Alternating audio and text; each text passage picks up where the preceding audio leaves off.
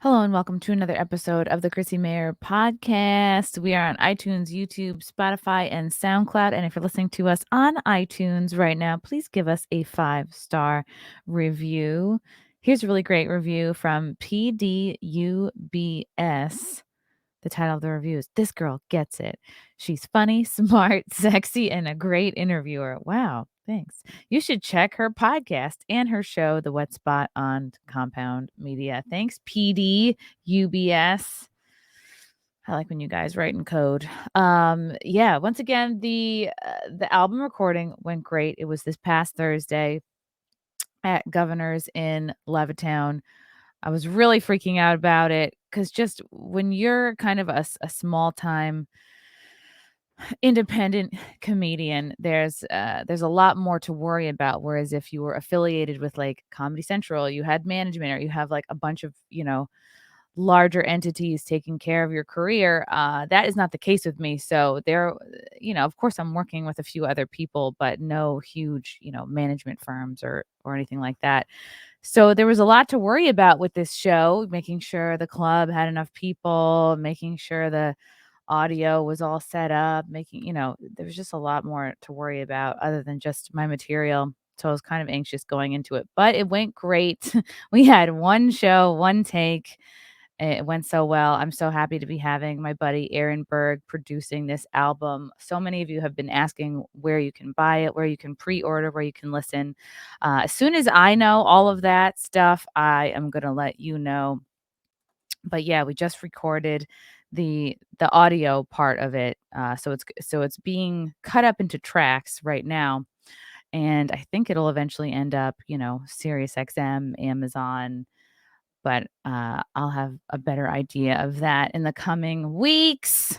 So thank you to everybody who came to that show out in Levittown, Long Island, there at Governor's. Really great club. It's now one of my favorite clubs. Everyone there was super helpful, and my host Gino didn't get drunk, so that's really all I can hope for.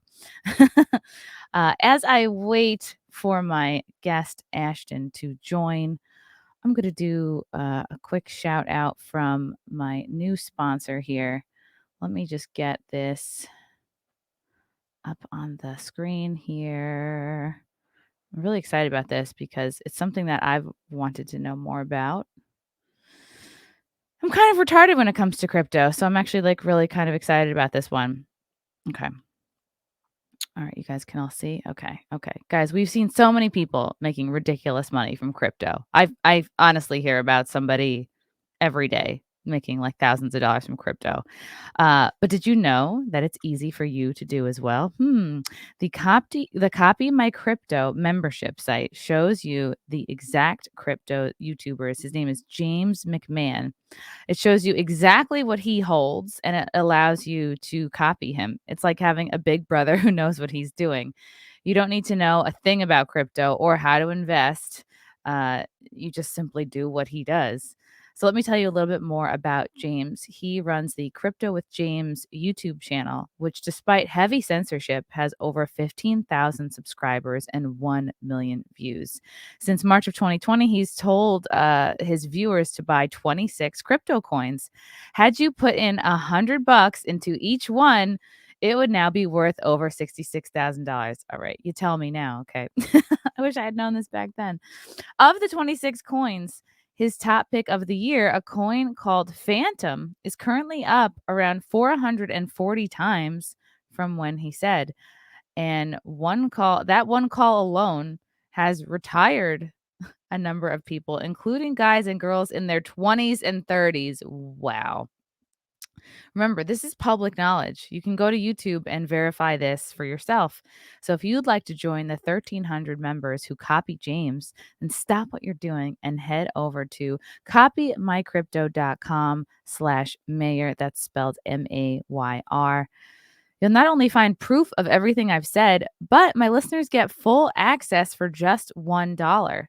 You won't find this offer anywhere else, but act fast because this is a new year offer and it will expire soon. That's copymycrypto.com/Mayr. Don't take this offer lightly. He's the real deal. Go visit the site now. Woo! That sounds good. And here is this little copymycrypto.com sign up page. You can discover how 1,300 people, many of whom knew nothing about crypto or how to invest, are building rapid wealth for an early retirement. This is very exciting, especially during a time where so many of us have lost our jobs due to certain mandates. And this is also great for people who are afraid of losing their jobs in the near future. So this is cool. And it's got a couple testimonials here from guys who have made a bunch of money off of crypto. Oh, and this is a little bit about James right here. Okay, so as of November 2021, I've made 342 videos with the aim to help regular people, that's me, retire early by knowing which coins to best profit from. He takes immense pride in not mincing my words and giving my viewers clear advice as opposed to endless theory, so they feel confident where to put their money. Wow. This guy's going to retire at 34. All right. I have to leave before I get jealous. Sounds pretty good, guys. I'm going to check it out for sure. Copymycrypto.com/Mayr. Woo! Isn't it crazy? Like, I don't know if any of you guys have had to try to explain crypto to your parents and they kind of just like immediately dismiss you. I don't know. I still maintain that the baby boomers had it the easiest. I feel like they could have like lived their whole lives without any kind of problems, basically. Well, now a lot of them are dying, but I don't know. I feel like a lot of them got houses pretty easy. Okay. I am texting Ashton to see where she is.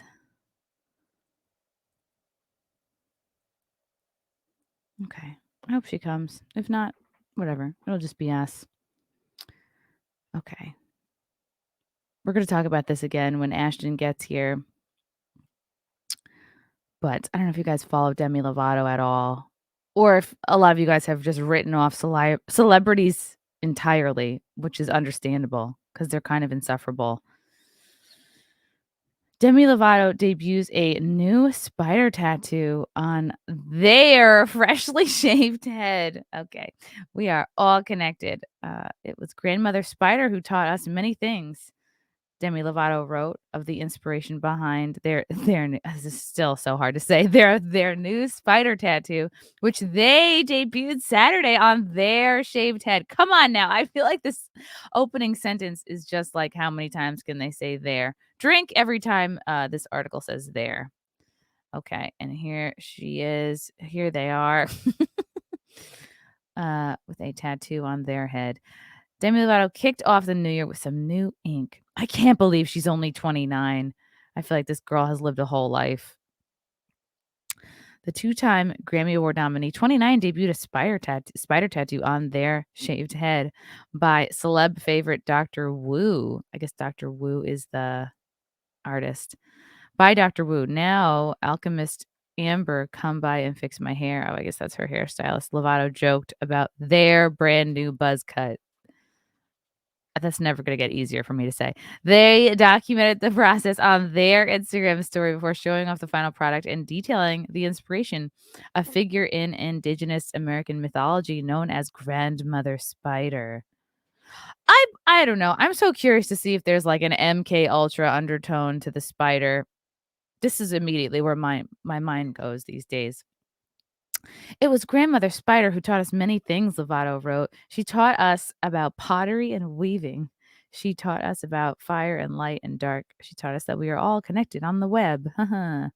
Each one of us having our own place in the world. Oh, look at that. That looks creepy. That looks bad. But I don't know. You could always just grow your hair out and then it's gone.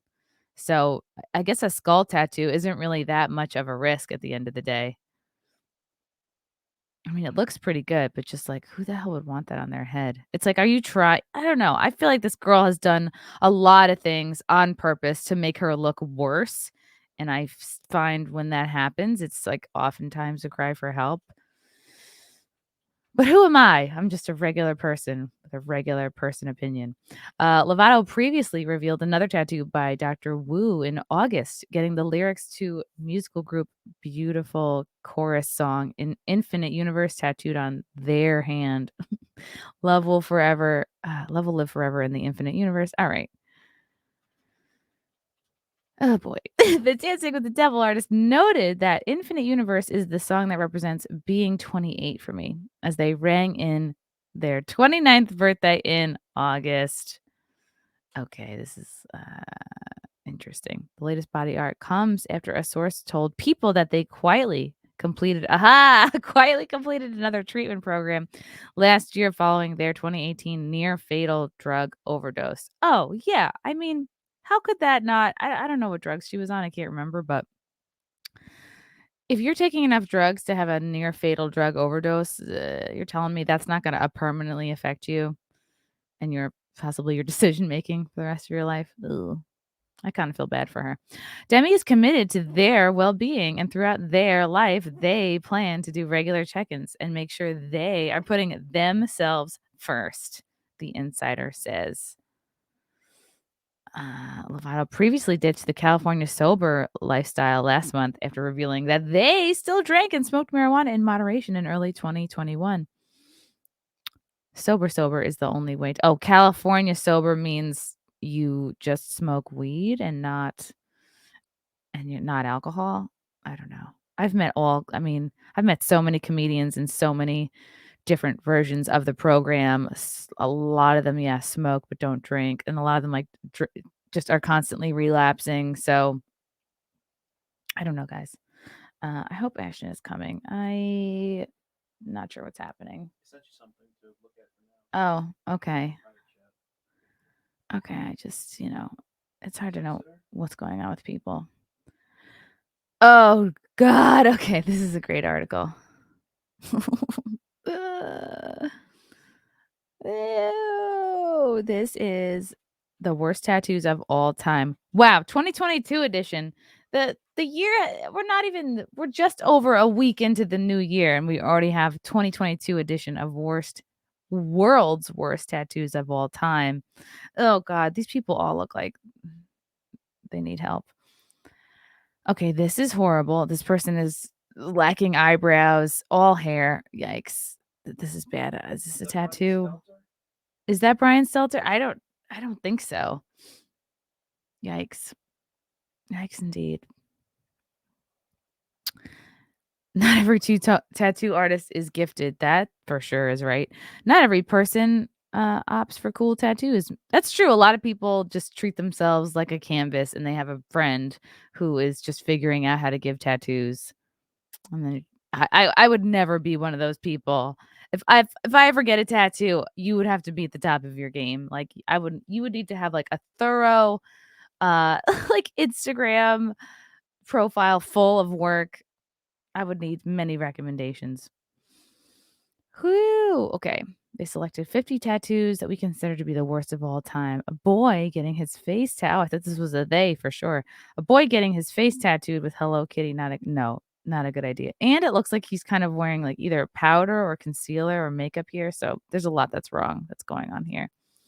Okay. At least have the dog perfectly proportioned. Worst dog tattoo. Oh no. This is poor. What a horrible way to honor Percy's life by giving this horrible tattoo on your back. Ew, yuck. Okay. Okay, who would get such words inked onto their stomach permanently? Oh God, this is a can of Sprite opening up and pouring out to say, obey my puss. I was like, am I going to say this word or not? That's so bad. Okay, this might be the worst one. Yeah, it's pretty bad. I think this came first, and then they're like, you know what would be great? And a great addition to this is, just Sprite. Wow. Okay. Maybe do not have the same word inked on your whole body again and again. Such full body tattoos should be avoided at all costs. Oh no. Okay, this is really bad too. Mr. Cool Ice. It says Mr. Cool Ice like about 4 times. No, more than that. Maybe like 6.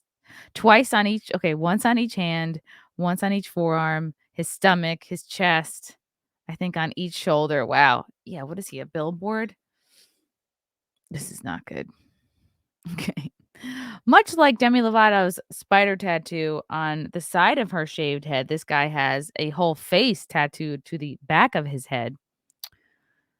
This guy might want to show that he can see all around, but in reality, he is an all-around stupid, making it the oh, what the hell? This sentence is weird.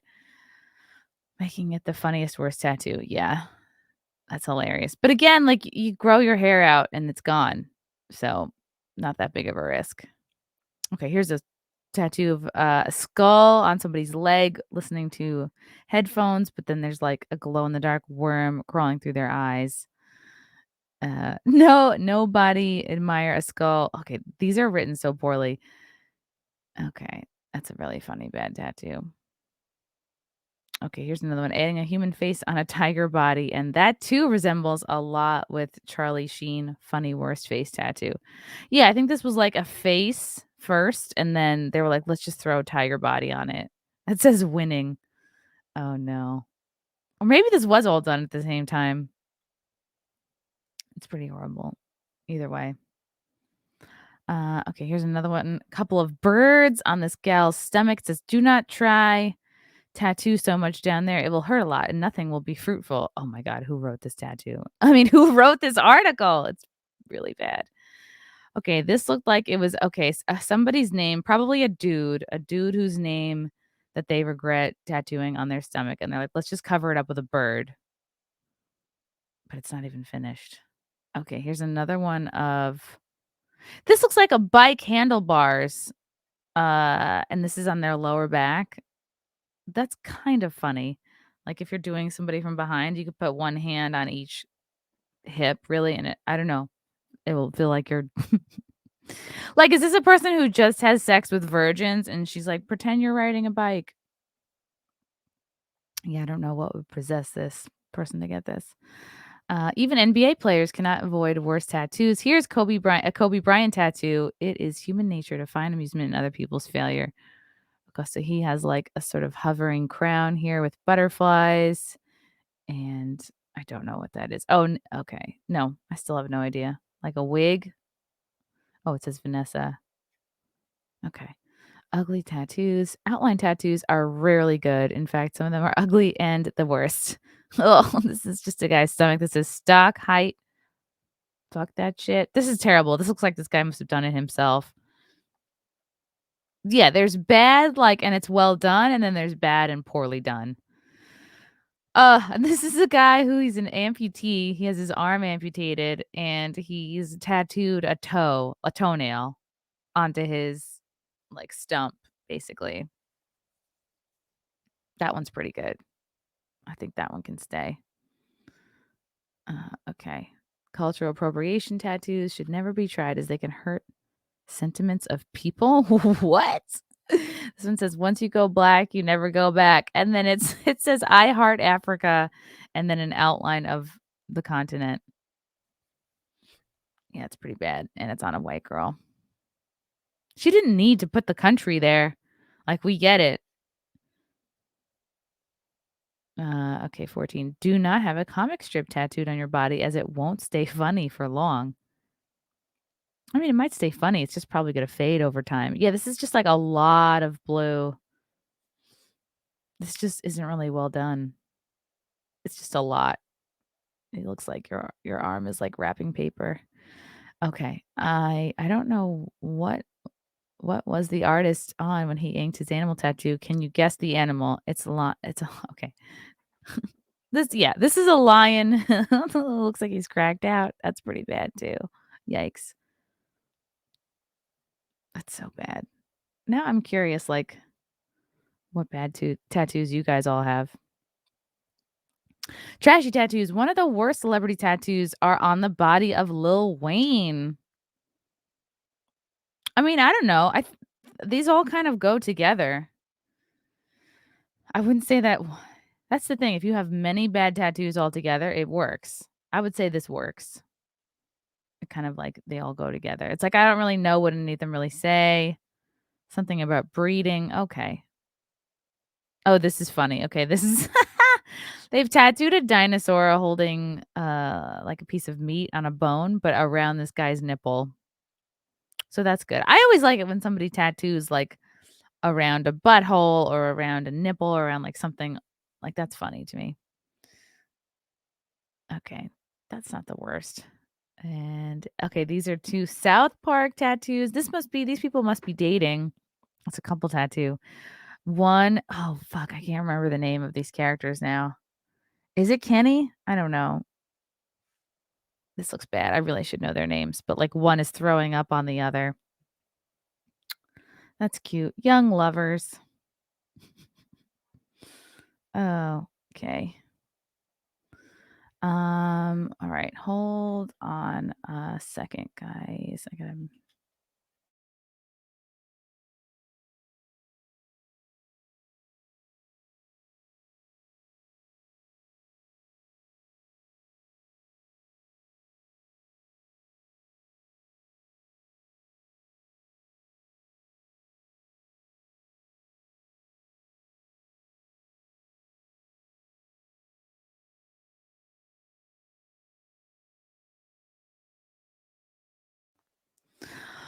Oh, okay. This is bad. This is pretty bad. How many people get eyebrow tattoos? I would advise them not to. Oh, this is so bad. This poor dear. Like, okay, so she shaved them off. Just let them grow back, you know? You don't eyebrows are so low maintenance. And like this chick, she doesn't seem to be, she's like a blonde girl. Her eyebrows, I think, would have been like relatively easy to maintain, she just she probably panicked and was like, "Oh shoot, I shaved them off. I have an interview tomorrow. I got to get these something tattooed on." But then again, why not just use your eyebrow pencil? She probably panicked. Okay. This is number 28. Do not have a to-do list inked on your forearm because it will mean that you are going to do nothing in your life. Oh no, why would you do this? Oh boy. That's kind of funny though. Oh no. This guy's got a face tattoo, but he also has like nubs in his forehead. Facial tattoos are always ugly, should always be avoided. Oh god. Okay, his face is green. And it just doesn't even really make sense. There's random anchors on here. I don't know if he was going for, like, the lizard effect, but he kind of gave up, like, 3/4 of the way through. He's probably like, "Oh, man. That's bad. He should try to get that removed." Time flies when you're having rum, and then it's a picture of a gun. That's a pretty bad tattoo. But it should have been it should have been, like, a bottle of rum on his arm, not just a gun. But I guess he had rum, and the time flew. Oh my god, it's a Mountain Dew neck tattoo, but instead it just says, like, "Do me." Okay, that's really bad. Oh god, this is frightening. If you wish to have a portrait tattoo of your kid, then please find a well-known artist for it. Otherwise, the tattoo will look like this. Yeah, this is very scary. Imagine you're this guy's daughter. You're gonna get a complex thinking you look like this. Okay, here is one. Actually, this tattoo looks pretty dope. It's God, I can't remember his name, but the main character from Breaking Bad, the guy who like made all the meth. I'm blanking. But that looks pretty neat. I would say that's like the best tattoo on this list. Walter White. Yeah, he's iconic. I would say that one could be taken off. Oh no, and this guy. There's a lot happening here. Okay, this was one of the worst prison tattoo ideas that you can try is this scleral tattoo or the eye tattoo. You're kidding me. This is a tattoo? This isn't just a contact lens? Or maybe just the tattoo that's around his eye. Woo! Yeah, there's no coming back from this. There's no like, "Oh, man, I regret this. Can I try to get a job at the bank?" That would be so painful to have it taken off. Yeah, this guy probably thrives during Halloween. That's probably his high, his peak season. He could get a lot of work working in haunted houses, yeah, scaring kids and such. But yeah, the rest of the year, it's gonna be hard to find work, I think. I think this tattoo came first, this barbed wire, and then he's like, "Nah, it's not good enough. I'm gonna just do my whole half of my head." At this point, why not do the other half of your head too? Oh, dear, this is bad. Okay, this tattoo cover-up would have turned out good if the ink was used wisely. This looks very sloppy. Ew! Why? It's like, you already have a rose tattoo. Why would you? Oh, okay. Why would you just get it removed? Like, pay the same money and get it taken off. This is a confused looking panther. Wow, this is a lot. Oh my God, Ashton's here. Holy. I'm so sorry. Oh my gosh, I've been dealing with like the craziest morning. You have no idea. I woke up to 1,000 robocalls. I got doxxed recently. What does it mean to get doxxed? Basically someone leaks very private information as a threat with the intention of your information being out there to be used against you. Someone doxed my number and I'm receiving 50 robocalls a day. So that happened. But I've been dealing with that all day, blocking numbers after numbers, making sure I had makeup on for this stream. I'm still kind of like blah. But yeah. Hi. How's it going, everyone? Welcome. You may have seen her. You may know her from, she's been on the CMPcast. I think we've done an episode together prior, but Ashton Birdie, everybody, coming in. I don't know how much you wanted to talk about that, but when we talk about like, oh, you were doxxed, like, how does that go down? Does someone just posts your number to like Twitter or something? It was weird. So like, it's a really tricky situation because the days prior, I was receiving all these screenshots from group chats of just girls being catty, spreading lies about me, saying horrible things, causing all kinds of drama. You know, the things bitches do in group chats, you know. And bitches love group chats. Yeah, I'm not part of a group chat, a single group chat anymore because of it. Just because you just grow out of it. Like, it feels very much like I'm so much older than you, but I feel like we would use kind of like, I guess maybe Facebook as a group chat thing, like, but it's in a college high school and thing. after. It's a high school thing, and like, you eventually get very bored. Here's the thing. I don't like drama being in my life. I have enough drama as is, and I feel like people might be like, Ashton, but you always have a story about drama every time you go on a stream. And it's like, yeah, because I've lived through too much of it. I have stories upon stories upon stories upon stories, I could tell you. And they don't stop. I don't want there to be drama in my life. I don't want to cause drama in my life. I just want peace. But unfortunately, when you're involved with things such as the internet and your entire persona is out there in the internet, you're going to attract some crazy people because crazy people like to live on the internet. It's where we are right now. Yeah. Yeah, exactly. Hello, chat. How's everyone doing today? Chances are the majority of you probably belong in an insane asylum, but so do I. So I've done so many podcasts. I've had many guests like in this exact situation or scenario where you're like, I'm like maybe not even in the mood to do a podcast, or like I've done other people's shows where I've like come from something or something has happened and you're like, do I go on? Do I not? Is it helpful? And then I find, like, in my experience, like, you end up feeling better after having talked about it. But I definitely know the feeling that you're feeling right now, because I always compare it to like the day my mom died. I was like, oh, I have shows to do in the city. I had like 2 spots. I had like one in like Lower Manhattan, one in Brooklyn, and I was like, no reason why I can't do these spots. Like, I knew she was gonna die. I knew this was coming. Like just trying to rationalize to myself why I should press on. And like, I did one and it was a super hot mess. Really bad. Like, it was basically just therapy. I'm like on stage and the crowd was like, why is she talking about this? Is this a bit? And the thing is, you should definitely not be involved with the public sphere when you're going through something. I can definitely attest to that. And I can understand like what's like, because people, when you're online, you have all of these people watching you and you feel like you owe something. Like, you feel like you have to constantly keep people entertained, and people expect you to constantly entertain them. And I think what happens is when you're a public figure, people tend to forget, oh, this is a real person. This is a real person who's going through something, who's going through trials. And then when you're on the internet, it only adds to it, because you get things like stalkers. People want to dox you. People want private information. I've had people, one guy who was obsessed with me based in England. I mean, he stalked me, he harassed me, he like followed me to my apartment, he threatened to bring a gun. Yeah, the dude was crazy. You lived in England, or he was from England stalking you? When I lived in England. Okay. And even like when I was in the US, he still like would harass me. But he was from England. I had never met this person in my entire life. He was like a 50-year-old man who was convinced that I was his soulmate and he wanted to marry me.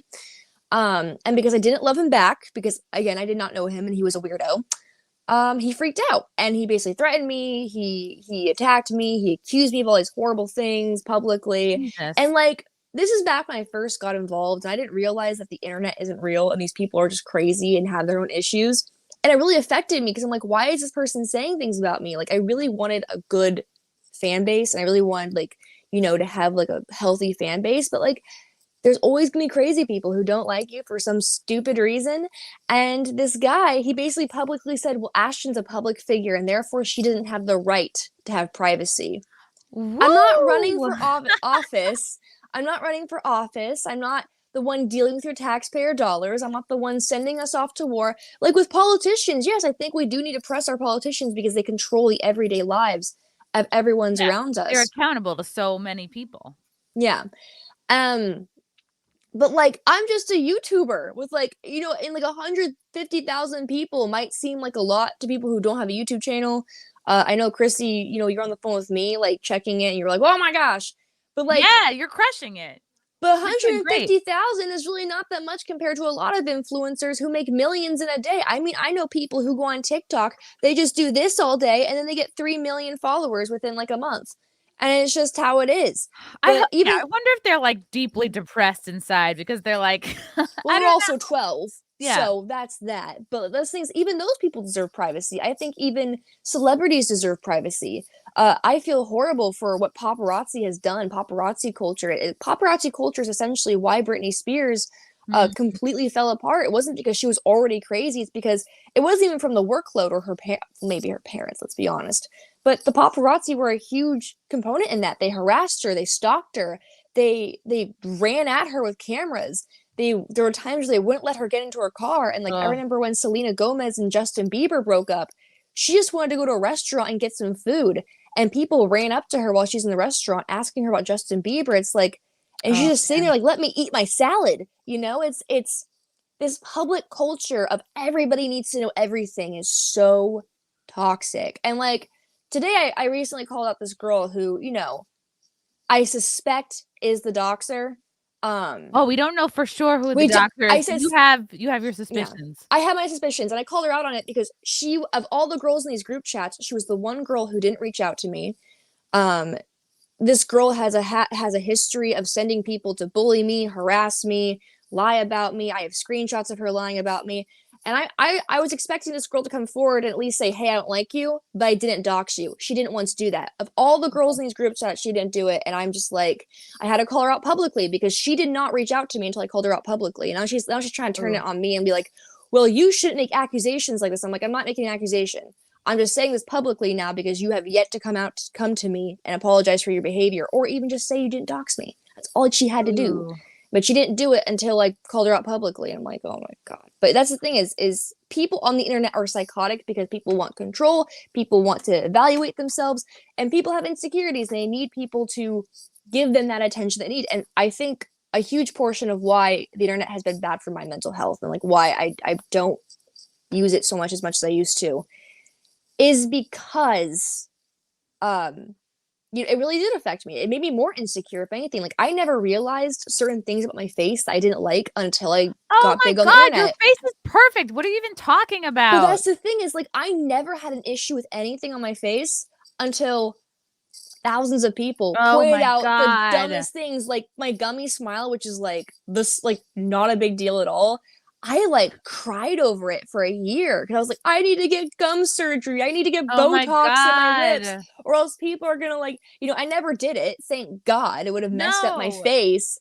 But like, I had people tell me I need a nose job, and like the things I never thought about in my entire life. It's like that scene in Mean Girls where Regina George is like, I've got man shoulders, I've got weird hips, I've got weird like earbuds or something, like earlobes. Yeah. And then Katie goes, I have bad breath in the morning. It's like not even anything. It's like you never notice these things at all. And then like you go on the internet and suddenly it's like, are my arms okay? Like, am I allowed to wear tank tops? Is my hair too short? Is my hair too long? Like, can people tell that like I put highlights in this year or this month or whatever? Oh gosh, put highlights in this month. Like, oh my God. First of all, Ashton, like I feel you on the gummy smile bit because like for, watch when and at this point, it doesn't phase me at all. But like when I first got into comedy, it was like one of the things that people would make fun of me for, and like especially, you know, I roast battles were all the rage a few years ago. I did like 11 or 12 of them, and of course, I would always know to expect some kind of a horse joke. It's like, and after a while, it gets so unoriginal that it doesn't phase you anymore. And just part of comedy and being an internet person in general, public figure, is having a thick skin, and you eventually develop it. And I think of that, all of that, as a blessing, because at this point, like, I have heard every possible insult that could be said about how I look. I had people making fun of my dead mom. I've had people make fun of like boyfriends, friends, you know. So it definitely stings at first, and I definitely feel that part of you that's like, oh, I guess I could spend the money and have like work done. I guess I could, but then you have to like back But then away become from it. obsessed with Then it. you'll Like you never get stop. addicted. And then there are definitely certainly types of girls, like I see like girls in the comedy community, and I see it like they might be somebody who in 10 years will be like, oh my God, they got too much work, or like, oh God, like I'm starting to see the Like that seeds pillow planted. filter on Like Instagram where they're they're like, starting to really get into getting, and I'm like, you know what? I'm not gonna judge. Like, do whatever you want. If if you have the money and you're not like going broke getting work done, do it. If that's what makes you happy, absolutely do it. But I just hate that there's this feeling of like that you need it for your self-esteem, or you're not gonna be yeah. whole without it. But I feel you on the like, uh, you know, the insults that get thrown at you, like they don't all just deflect. Some of them sink in, and you're like, oh man, I guess I should change my appearance. But fuck that. And you also have to keep in mind there is a lot more people who like you who don't say anything. And you forget about that because you just see the noisy people, and the noisy people are often like the negative. Yeah, you have like positive, there's people in the chat right now complimenting you, but like oftentimes the noisy negative people are what sometimes stick to you, and you just have to like break away, do something else, because you'll just, and I wonder if too, I know myself, like I'm like classic female people pleaser, and I can get into wanting to make everybody happy, but then I have to stop myself and be like, girl, you just have to make yourself happy. um so don't worry about all that. And I do think a lot of it comes from jealousy. And I notice like in all these kind of areas of the internet, there's like Liberty Twitter. And I love hearing about like Liberty Twitter drama for you, because it's so similar to comedy drama. And then I also have, like, I don't know if you know Carrie Smith, but I hear from her drama from knitters on the internet that have drama and infighting. So it's everywhere. It's funny because I just got done filming a video on mean girl behavior, because this entire situation I'm going through is all girls. It's all girls, by the way, which is it's actually fairly new to me. A lot of the drama I've gotten on the internet, being my base is politics. Originally, I'm trying to go back into my comedy, which is also mainly men, but um, it is the first I've ever really had to deal with girl drama since like high school. And so I'm watching what this girl is doing, manipulating other girls, and I'm not going to say names, but manipulating other girls and making her do her dirty work and doing all of these different things. It's like Regina George, like it's like Mean Girls. And I watched this really interesting video comparing Regina George to Mao, like a dictator. And everything that these mean girls do is the same thing. They manipulate the masses. They use communication as control. And it's made me realize that a lot of dictatorships, it doesn't have to be just in government. It happens in just our everyday lives. And the thing is, mean girls are always going to exist. I'm so sick of people telling their kids, it gets better, it gets better, it gets better, Tommy. Because the truth is that Sometimes it doesn't. it doesn't. It never does. And the reason why I'm saying it never does isn't because I don't want people to be okay, but because what I'm saying is I was told it gets better and I thought the bullies just go away. No, what we're supposed to do is toughen up, face our fears, and defend ourselves and stand up for ourselves and take no shit from no one. And I have to say that because I was a kid who was severely bullied in high school. I had blue hair. I skateboarded everywhere. I was in a punk rock band. All my friends were dudes. I was in theater. I was a theater nerd. And like, I grew up in 2012. So like being a nerd was like cool now, but like if you were a certain level of nerd, it wasn't okay. So basically, as long as you were a hot chick nerd, like that was okay. But if you were basically like socially awkward and had a penis, or just, you know, socially awkward in general like myself, then that was bad. I was the president of my D&D club in high school. I was bullied. Like, girls Dungeons and made fun of. Dragons? Oh yeah, I was the Whoa. president of my club 2 years in a row, man. I like still, you know, have like a plaque for it and everything. Girls didn't make fun of me, actually. I mean, well, it was girls, but it wasn't like the cheerleader types you hear about. Like, jocks never made fun of me, cheerleaders never made fun of me. It was always the girls who like smoked weed under the balcony or behind the bleachers and like never did their homework and like would make fun of me because I did do my homework. It was the weirdest situation, but even then I never understood why people were mean, and I realized it's not even because there's anything wrong that you do. It's nothing to do with you at all. It's the fact that maybe these people are just insecure and have nothing going for them. They have no personality. They have nothing interesting about them, so they have to be mean. Or maybe you're just super weird and you need to figure that out, because for me, it was both cases. I was pretty weird. Agree. And it's like, we could sit here and talk. Like, I've had female comics on, and one of them, I talked to this girl. Mm-hmm.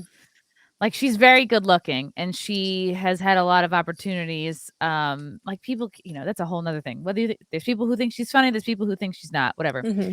And we got into a conversation like, oh, is it hard being like a hot girl in comedy? And then like we do the conversation, and then afterwards the comments are like, oh, cry me a river, you're a hot girl. You know what I mean? Like, ultimately people are like, you're doing great. Like, it's fun to step back and have that perspective, because like being a female makes it easier, but I don't see it. And like, I make jokes about it all the time about how easy life is for me because I'm a female, I'm a woman. But there are times where I'm still like, because, you know, I want to say because I'm a woman, things are harder. But like, and I said this to Frank yesterday. I was like, I don't know if things have been made easier to me because I'm a woman. And he laughed in my face. He stepped out of the room. I would have had him like jump in on this. He like laughed in my face. He's like, really, Chrissy, really? You don't think your life has been made, certain things in your life have been made easier because you're like a cute girl? He's like, really? He's like, you know, just naming all these things. Like, do you think you'd have a show on Compound Media as easily if you weren't a cute girl? Like, do you think you just everything, like everything that the tits kind of do worked help. for. The tits help with numbers for sure, but it doesn't stop the fact. For example, like this whole idea that like I remember like when I was going through searching for a husband, like whenever I'm like, you put that in the internet, you put that into Google, you're like, searching for a husband. You're like, honestly, maybe I should probably help a little situation, but like I just remember being really upset because like I could not find a decent boyfriend. For a long time, all of my boyfriends were cheaters and abusive and horrible and liars. And like my big problem, you know, Lauren Southern was right that every single boy at the time I was dating was an e-boy. Back to that video we did. Oh, right. They're all internet boys. They're all internet boys. They were all the same type. And like people go, oh, Ashton, this is your fault. You must have attracted that. Like, you must have manifested this type, you know, like. But I've had normal relationships. I've had great relationships where we just ended up being different people. I just don't talk about those stories because nobody cares about them because they're boring. That's the fact of like, everyone's like, why always talk about like your bad relationships? I'm like, those make the best stories. Everyone wants to hear about the drama. Nobody wants to hear about, oh yeah, I dated this guy for like a few months and he was really awesome, but we just have different, like, you know, differences and whatnot, and we just didn't see our futures lining up. Everyone's like, well, that's a snooze story. That's boring. I don't want to hear that, you know? And so I've had normal relationships, but I will say this, every time I've dated someone who's associated on the internet, they tend to cause problems for me. And maybe Lauren's right. Maybe you should just have one internet person and one normal person. If there's going to be an internet situation involved at all, a public person, for example, Frank's your boyfriend, but like, he's not like a public figure. Like, he handles things for you. He handles things. He doesn't like the spotlight or the. So it works because the problem is in a lot of my relationships, I had one guy who told me I'm not allowed to be online anymore. I can't make videos anymore. Someone told you you're not allowed to be online. He told me I couldn't have a job anymore. Well, it's funny because we were out to dinner and somebody was walking their dog because it was an outside thing we're eating. And the guy recognized me from a documentary, but didn't recognize this guy I was dating who had way more YouTube followers, way more of a presence than I did. And then I dated another guy who, you know, famously I have a restraining order against. Oh, okay.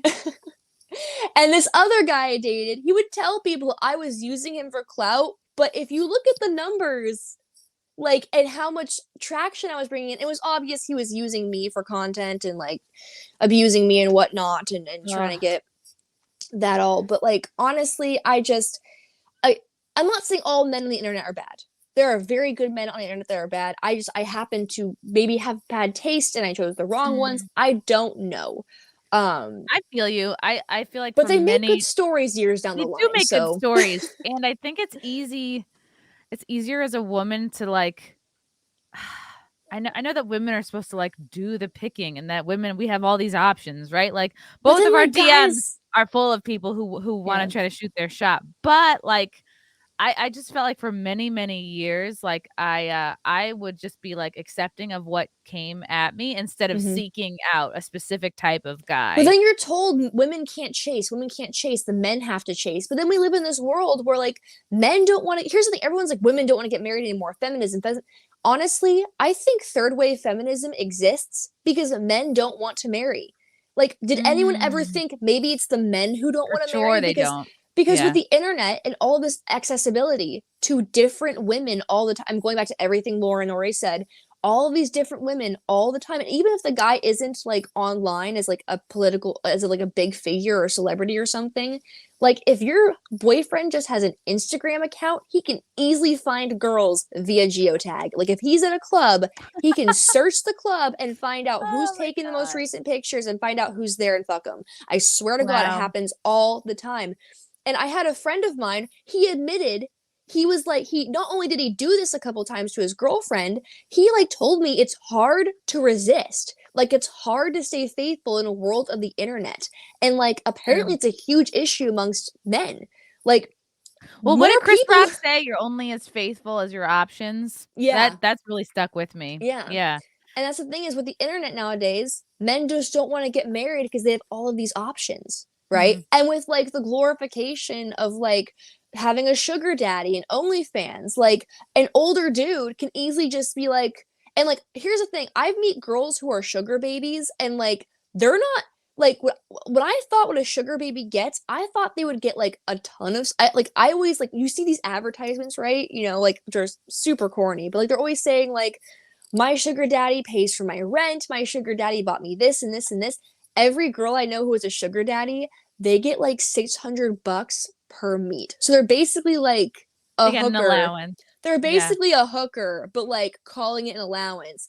And it's cheap. It is nothing. So you get like these dudes who are 60-year-old married men who like maybe drive like a cheap Mercedes and then claim they're richer than they actually are, and they swindle these girls with like $600 per second. Which, by the way, hookers make like 2,000, 3,000. So those girls are getting. No. It's a vicious cycle, right? Like I think Mm-hmm. I can understand why men cheat because they don't feel appreciated at home, and it's like relationships are always a two-way street. Just from looking Mm-hmm. at like how my parents were growing up, like it wasn't a circuit. It wasn't like they were constantly, planting seeds and then harvesting. You know what I mean? They weren't constantly getting to know each other. They took each other for granted. All of their interests had to do with like getting away from each other. It was not good. And I think maybe it's a generational thing. I think things are changing, but I can understand because my dad was one of these people who couldn't wait to get away from family, from his wife, like just was like always like, I gotta go. Mm-hmm. So I can understand that. And it's like, you get into these bad habits. Like, what's easier to communicate, to really get into your feelings and be vulnerable and ask for what you need, or be kind of a dick and then like bounce anytime there's a conflict? Yeah. And so that creates a market or a demand for guys that want quick attention, like want to feel good, want to feel like, oh, they can spend money lavishly on a girl. They like to have like an attractive girl around them who's young, right? Like that feeds their ego. Of course, that's understandable. I could see how most people would want that. And now you have this like demand for these women that like then that creates the demand for like, or the need that like you have these women that like want to be, there's something inside them like they want to be taken care of. They maybe they more are traditional in the sense that they want the guy to pay for stuff, and they are younger. So then that like creates a matchup for that. And it just kind of, But then there's the whole sex and thing where it's like girls feel the pressure to have sex with these men. When really, 50 years ago, it's like women had more power, and now we live in a time where men actually have more power. It's like, I hate to agree with the feminists, but maybe they're onto something. Maybe the men. Here's the thing. Hear me out. Okay. I don't honestly, honest to God, I agree with them in the sense that the men now control things relationship wise. Because 50 years ago, women controlled everything. Oh, you don't like this? We're not having sex tonight. And that's not a healthy relationship, in my opinion. But like, there was a time where women, they could convince their husband to get them a dishwasher by doing certain things in the bedroom. I'm being honest here. Yeah, true. And that was like when there was a wife-husband situation. And like, I you're think not each getting of them anything. needed each other more. Like Mm-hmm. a man needed somebody to take care of the home and the kids because there was no maids really. I mean, they couldn't afford to have like a nanny and a maid, and like they needed them to stay at home. And then like the woman definitely needed the man because she couldn't pay for shit. She didn't have a job. Yeah. So and then the man needed the woman because unless he put a ring on it, he wasn't getting anything. Right. Which is why people married so long. For putting out without a ring. That's like, which is why married. But the problem is, then you get girls who are like, I'm going to wait for marriage, right? And then guys will just be like, okay, well, this girl will sleep with me right now, so bye. The problem is that girls almost have to be like on the same page as a society, you know what I'm saying? Like, we're not going to sleep with them until they marry us. We're not going to sleep with them until they marry us. The problem is, one hussy has got to ruin it for the rest of us, so then the rest of us got to sleep with them too. It hopes to keep up with the hussy. There's a lot. That's there's the problem. A lot. And then there's like the horny people that are just like, I can't wait at all. And I can understand all of it because I can understand why there's so many men out there now. And we talk about like who has more power, men and women. I definitely, generally, I think, men, they're the one that's like, okay, let's date, let's be a couple. Cause like most of the time it's women being like, please, please, please. And then like, hoping that the guy will be the one to like lock it down and be monogamous. But if you're the woman and you try to do that, you're seen as a nag and desperate and all that. So you got to hang back and be cool and have options until they decide that. But I think in the case of a divorce, there is an argument to be made that women have so much power because they can take so much money. They can turn the guy's kids against them. They can be very manipulative. They can just juice the system, the government, the guy. That's why I just don't agree with legal marriage. I don't. And I honestly, this is kind of like why I'm against divorce, but I'm also against legal marriage in general. Like, why is the government involved with relationship status? That's so weird to me. I'm big on like, what's yours is yours, what's mine is mine. Once we break up, when we're in the relationship, what's mine is yours and what's yours is mine. The moment we break up, what was mine is mine, what's yours is yours. That's just how it is. And you each pick a kid. Yeah.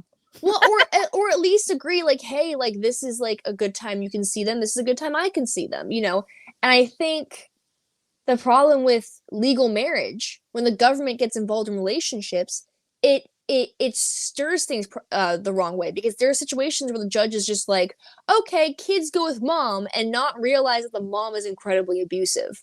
Right. Like, and there absolutely, are so many situations the government messes the mother. Yeah. Yeah. I can't imagine if my parents got divorced. My parents are still in the middle of a divorce. If my parents got divorced when I was a kid and I ended up with my mother of all things, I would have not survived for sure. Because my mom is definitely not a motherly type at all, and she was incredibly abusive to me growing up. And that's the thing a lot of judges don't take into effect. It's weird. We live in this world where it's like women are equal to men, but like judges still can't grasp the concept that women are likely to murder, women are likely to lie, women are likely to abuse, women are likely to rape. Like, it's this idea that women are equal to men, but only men are the problem. Right. That's the issue I have with this whole feminism thing. However, feminists are onto something when they say, it's weird because you would think feminists would use the concept that men aren't being men, because we live in a world where men aren't being men, and that's a huge reason why feminism exists. Because men aren't being stand-up guys, they're not sticking around, they're not staying in the household, they're not being the leaders of the family like they should be. And that's why that's why you get like these crazy blue-haired women who are out there like, I hate men, because probably one guy screwed her over, and then so she did a whole flip. Yeah, it comes from a place of hurt and pain. Like, you can compare incels to, like, Mhm. crazy blue-haired feminists. It comes from this They're the place of, same like, thing. I can't They're the depend exact I same can't thing. depend on someone to not break my heart. Like, the days of meeting someone and being taken care of, I think are kind of over, and the reason why, like, feminism, like, really seduced me in college and throughout my 20s, was really that, because I watched my parents not really be there for each other, and I was like, the lesson was, like, don't rely on anybody to take care of you. So I wasn't, like, really asking money from my parents, and I just I wish I could have, like, found a rich guy and just pursued comedy full time, and, like, even I had a therapist for many years that was, like, kind of suggesting that to me. And I just was like, no, man, like, I'm not I mean, that would be great, but I have always, until very recently, had a full-time job, Mhm. and I don't really talk about it, but, like, I've always worked my ass off in, like, at least two jobs, like, I've always had 2 or 3 sometimes jobs more. too. I've And it's always, and, like, would always. it have been great if I had met a guy right out of college who made a ton of money and be like, "Oh, you're hilarious, just pursue your dreams." Who knows? Maybe I Mhm. could have gotten to where I am now, like, 5 or 6 years ago. Who the fuck knows? But the point is, it's like the message was, don't really rely, and it was actually kind of true. I really did have to keep working and paying for myself, and, who knows, like, maybe I would have had kids years ago if I had been taken care of financially, but just that wasn't the case. So, you just have to we all just gotta, like, do what we have to do, Mhm.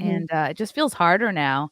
Like, I look back to, like, how my grandmother lived. Like, she graduated high school, met my grandfather in a shoe store.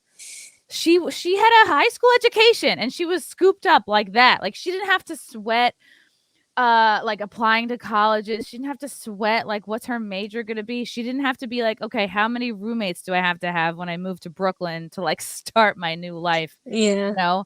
It just was like, boom, done, easy. She got married at 19. It was a wrap, and I don't think she was very stressed out her whole life. So, I don't know, maybe things were better then, and they didn't have social No media. kidding. No e-boys. My No grandfather e-boys!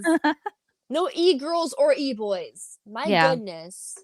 but, I like, just, yeah. like, I always wonder, like, how these, like, YouTube families survive, like, YouTube families? oh my gosh, you don't know about, like, oh my gosh, so YouTube families go back to, like, 2010, okay? So this guy named Shay Carl, he had a YouTube family, like, a Mormon family, like 10 kids or something like that, like, and Shay Carl, it was, like, this very, like, wholesome Mormon family. They posted a video every single day of them and their kids, and they had millions of followers. And a few years ago, he got caught talking to a very famous porn star and sharing nudes with a porn star. When she asked him about his son, he was like, "I'm not going to talk to you about my kids. That's weird." She posted all of the screenshots between him and her. She went on radio station. I think she wanted her 15 minutes of fame or whatever, but it doesn't excuse the fact that like he cheated. And yeah, Whoa. so it basically tanked his entire career because he was running off this whole like family man thing, which is like I wouldn't be surprised if some people in the MAGA world, wink wink nudge nudge, I may know more than I should. A lot of like these family man types, like they 100% scout like these TPUSA type events for like 18 plus girls and like they totally cheat on their wives.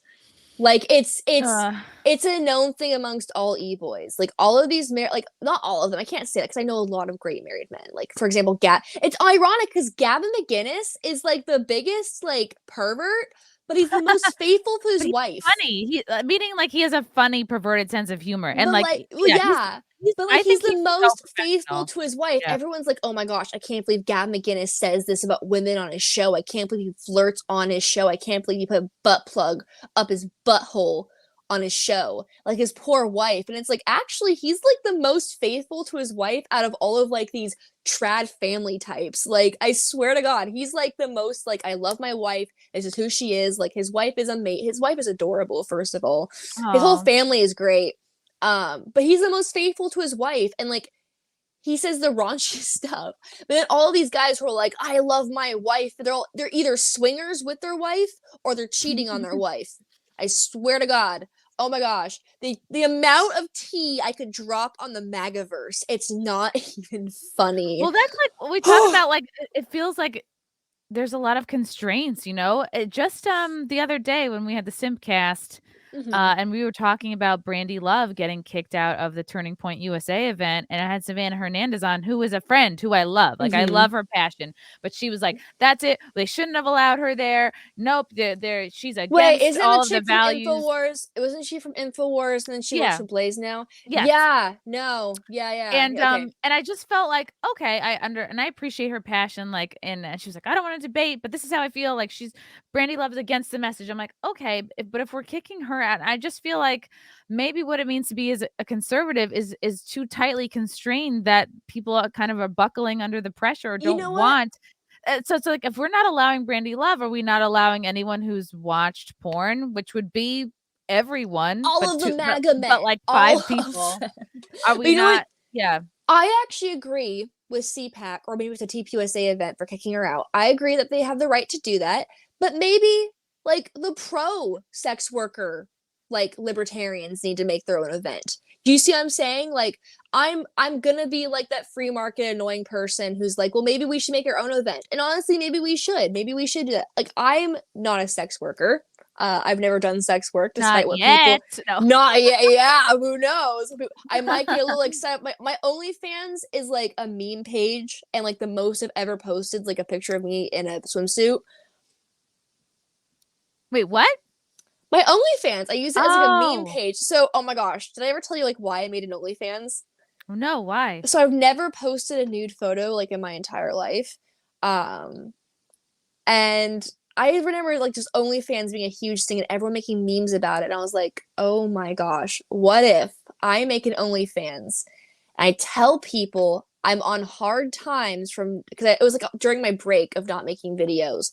I'm on hard times and I tell them there's a link to my OnlyFans.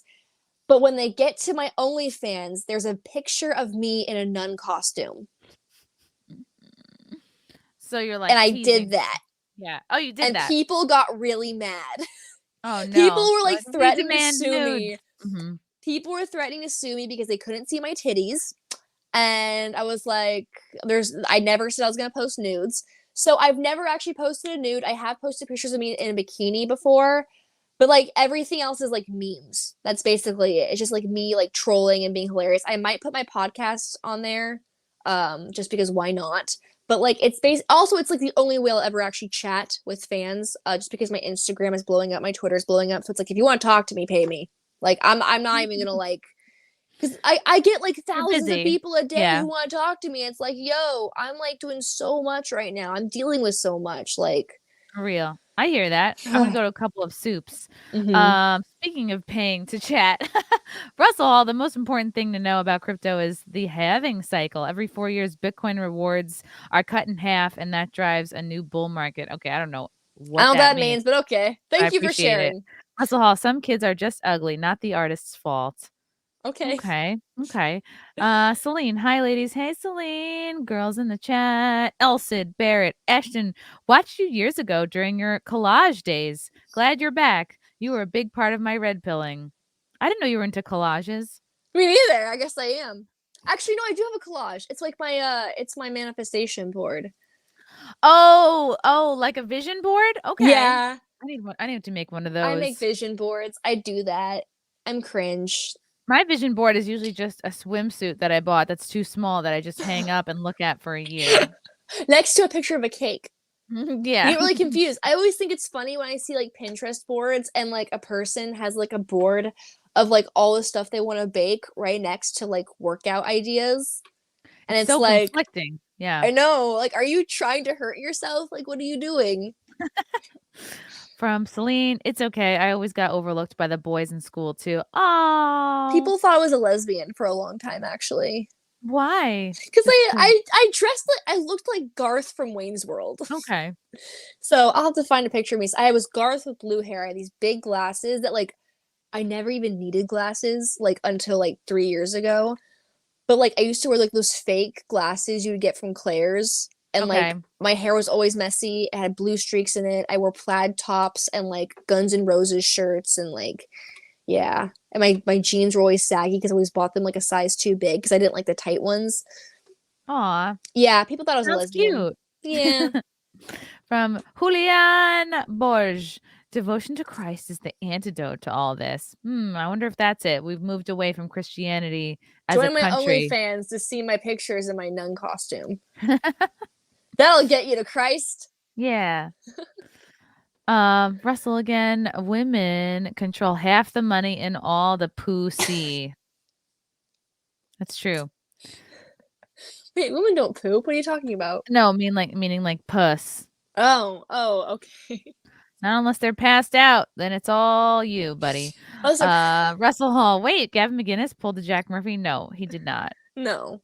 He's always been so professional every time I've done a show Always. with him, and he will tell you how attractive you are, but then like that's it. But that's it. Yeah, that's different. Oh, like he will say very vulgar things, but like it's just words. That's basically he's kidding all around. That's how it should be. Okay, it's the guys who like don't joke around who I don't trust, to be honest. Let me tell you what Gavin said to me once we were at a bar after I was on his show back before Blaze bought CRTV. Okay, before everything like was destroyed.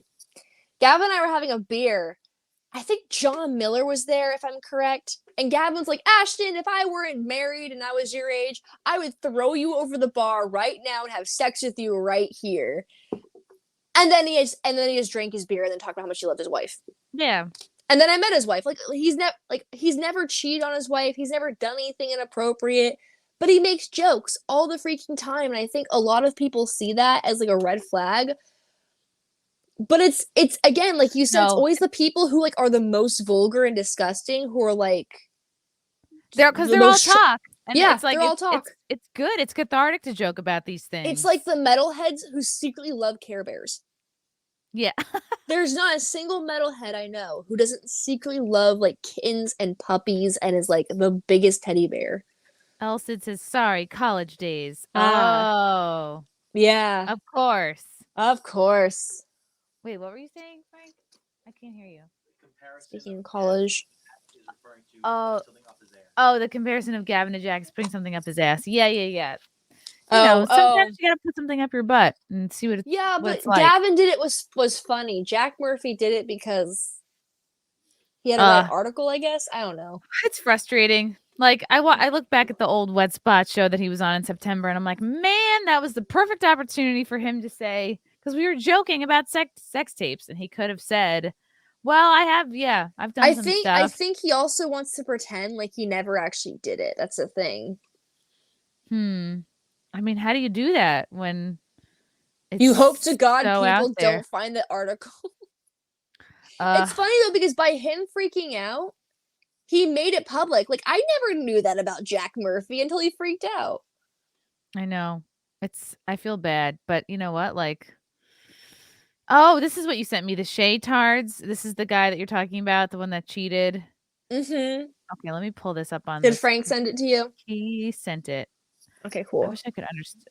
My headphones don't really work, so I can't. I love how every time I'm on here, we're talking about cheating. Yeah, this guy, like, he was like huge. I mean, he's still technically huge. 4.8 million subscribers. What the heck is so good about this guy? He like posts like every single day. He posts every single day. But yeah, there was a huge issue back in I think like 2015, 2016, where I guess like he was flirting with a porn star or whatever on Twitter. Big deal. That's like most guys, honestly. Yeah. Well, the thing is, his whole thing was that he was like a family man, right? Oh, and right. I guess, what a cute kid. I know. Well, he's got like 5 of them or something. But like he was basically giving this whole stitch about how like, I'm a family man and I love my wife and blah, blah, blah. And like, I guess he was going to fly like to the porn star and like have sex with her. Oh, and like, here's the thing. I think she knew that he wasn't actually going to do anything with her. I think, like, it obviously was over only DMs, and, like, she knew that.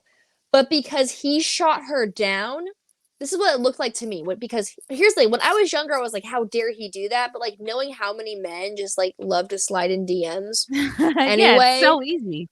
You know? Mm-hmm. Like, I look at it like, I don't think he ever was going to actually cheat on his wife physically. You know, I don't think the DMs are okay, but like I think what happened was this porn star wanted to be a little bit more famous than she was, and she knew what she could do. And because he kind of shot her down when she mentioned his kids, because like he's not going to want to talk about his kids with a porn star. Talk about butthole pleasures, but once you talk about my kids, that's taking it too far. Well, yeah, it's like why? But here's why would you want to discuss your children with a porn star? Because guys like to compartmentalize, and like he was talking to her to like feed his ego and like feel good and virile and manly and be like, yes, I could still get it. But once she crossed over into family territory, like he needs to keep that separate, because once those two are together, then he'll start to feel like an asshole. Like, oh yeah, please don't remind me about my family. But then it was obvious she wasn't trying to do the right thing. It was like you could tell the way she was going on like radio shows and stuff. She was obviously trying to be famous. She was trying to she was desperately trying to get that 15 minutes of fame. YouTube drama. Adult cam girl with explicit DMs, a distraught wife, and a couple reunited get caught up in Shay Carl's cheating scandal here.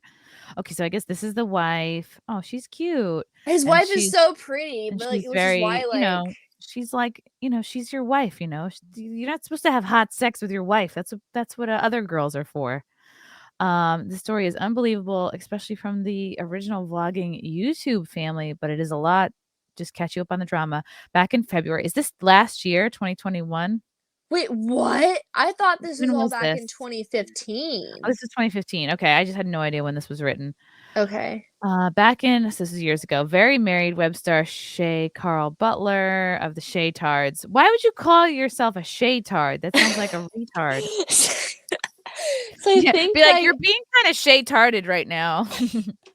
Don't act like a Shaytard. His reason for it was like he was wearing a leotard as like a joke, and he called it a Shaytard. But I feel like that's just a cop out for people who got offended by like the retard joke. Okay.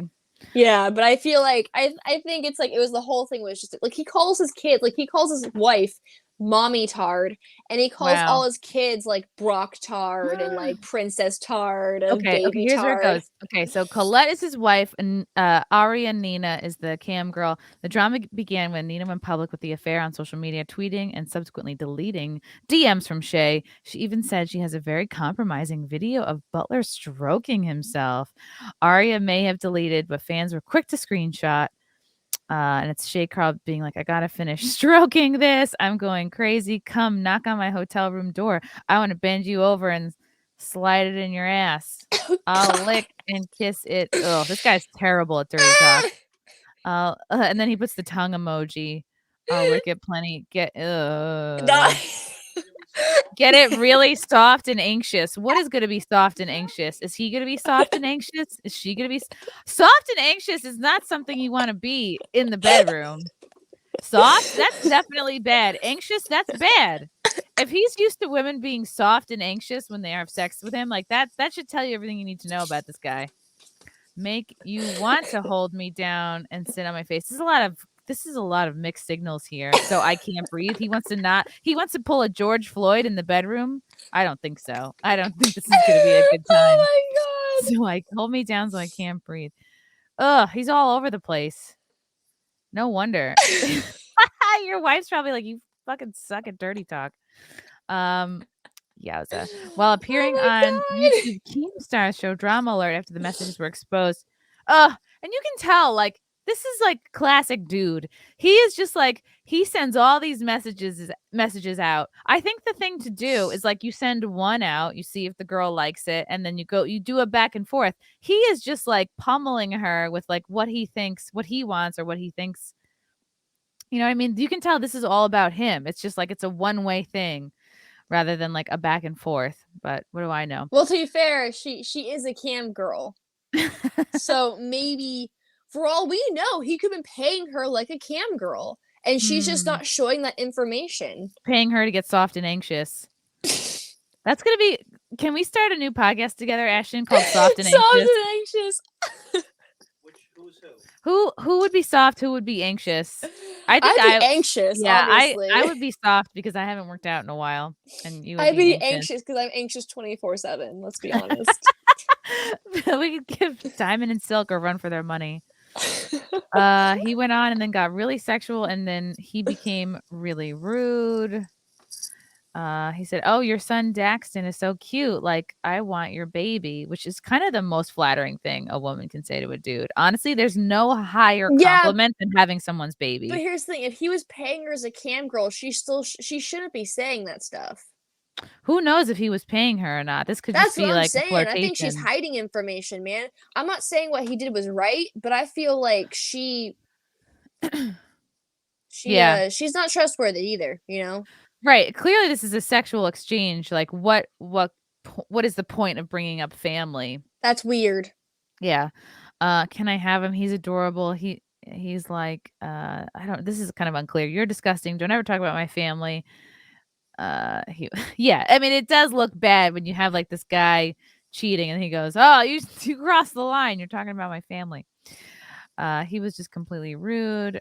I felt like all he did was, that's the thing. This is what happened. Where's the screenshot of that though? Why would the screenshot of the other thing, but not him calling her disgusting? Right. Yeah, I don't know where that is. That's weird. I don't trust this hoe. And that's the thing is, like, we're dealing with human beings here. Like, this guy might have thought, "Oh, great, I can just play with this girl sexually, get what I want from her, get a boost on my ego, feel like, even though I'm a dad of 5, I still got it. I could still get it." But it's like you're dealing with a human being, so maybe she's getting attached. Maybe she does want to have a kid of yours. Maybe she is wondering about family life. So it's like but she's also a professional cam girl, so she can't really. You can't really fault this girl. It's like, you can't just say, "Yeah, I'm only going to deal with you in this one way." It's like if you're like a sugar baby, right? And you're like fucking a dude and you're hooking up with a dude. And then he decides that he wants like a significant girlfriend and like he wants something serious, and he goes off and dates someone. And then the sugar daddy and the sugar baby's like, that jerk. He left me for someone else. That bitch stole my man. It's like, wait a minute, but you were a sugar baby. Like, you were strictly sexual. Like, he wasn't in a relationship with you. Like, what are you? It's basically like that situation. It's like, you can't really, if you're a sex worker and you're participating in sex work with this person, you can't be really upset about the situation. Do you see what I'm saying? Right. Like, don't get attached when you're like, yeah, you can't exactly. Don't be the thing and then be afraid of don't be the hoe unless you're gonna live up to being the hoe. Nash has since verified the messages but claims Nina baited him with sexual messages first. Yeah, sure, okay. Yeah, like, you're a grown-ass man. There's no like baiting. It's no, he definitely slid into her DMs. I wouldn't be surprised though if she never actually mentioned his kid. I wouldn't be surprised though if she never actually mentioned his kid, and he never called her disgusting, but she decided, oh, what can I get out of this? A cam girl slot with him, or can I get famous from this? Because honestly, every cam girl I know, every sex work chick I know doesn't want to stay in sex work forever, and they want to like continue their career off to doing something.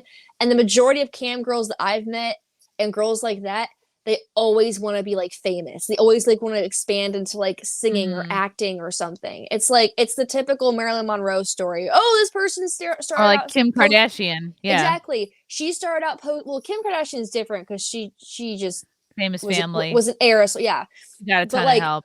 Yeah. It's like, oh well, this actress, she was a stripper. She posted nudes. Cardi she did B, this. Right? She was a stripper and then has a music career now. So I think she desperately wanted to like be, springboard into something bigger. Yeah. Well, God, okay, that's messy. I think we got the gist of that story. Yeah. Damn, though. Salty. Salty. What are your thoughts on GETTR? I've heard mixed things. I joined GETTR last July.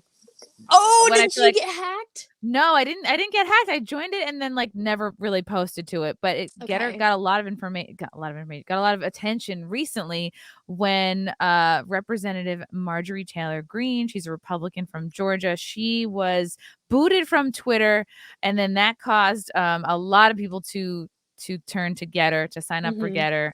And I think I've never been on Gab, but Nick Fuentes is also not allowed to make a page on GETTR.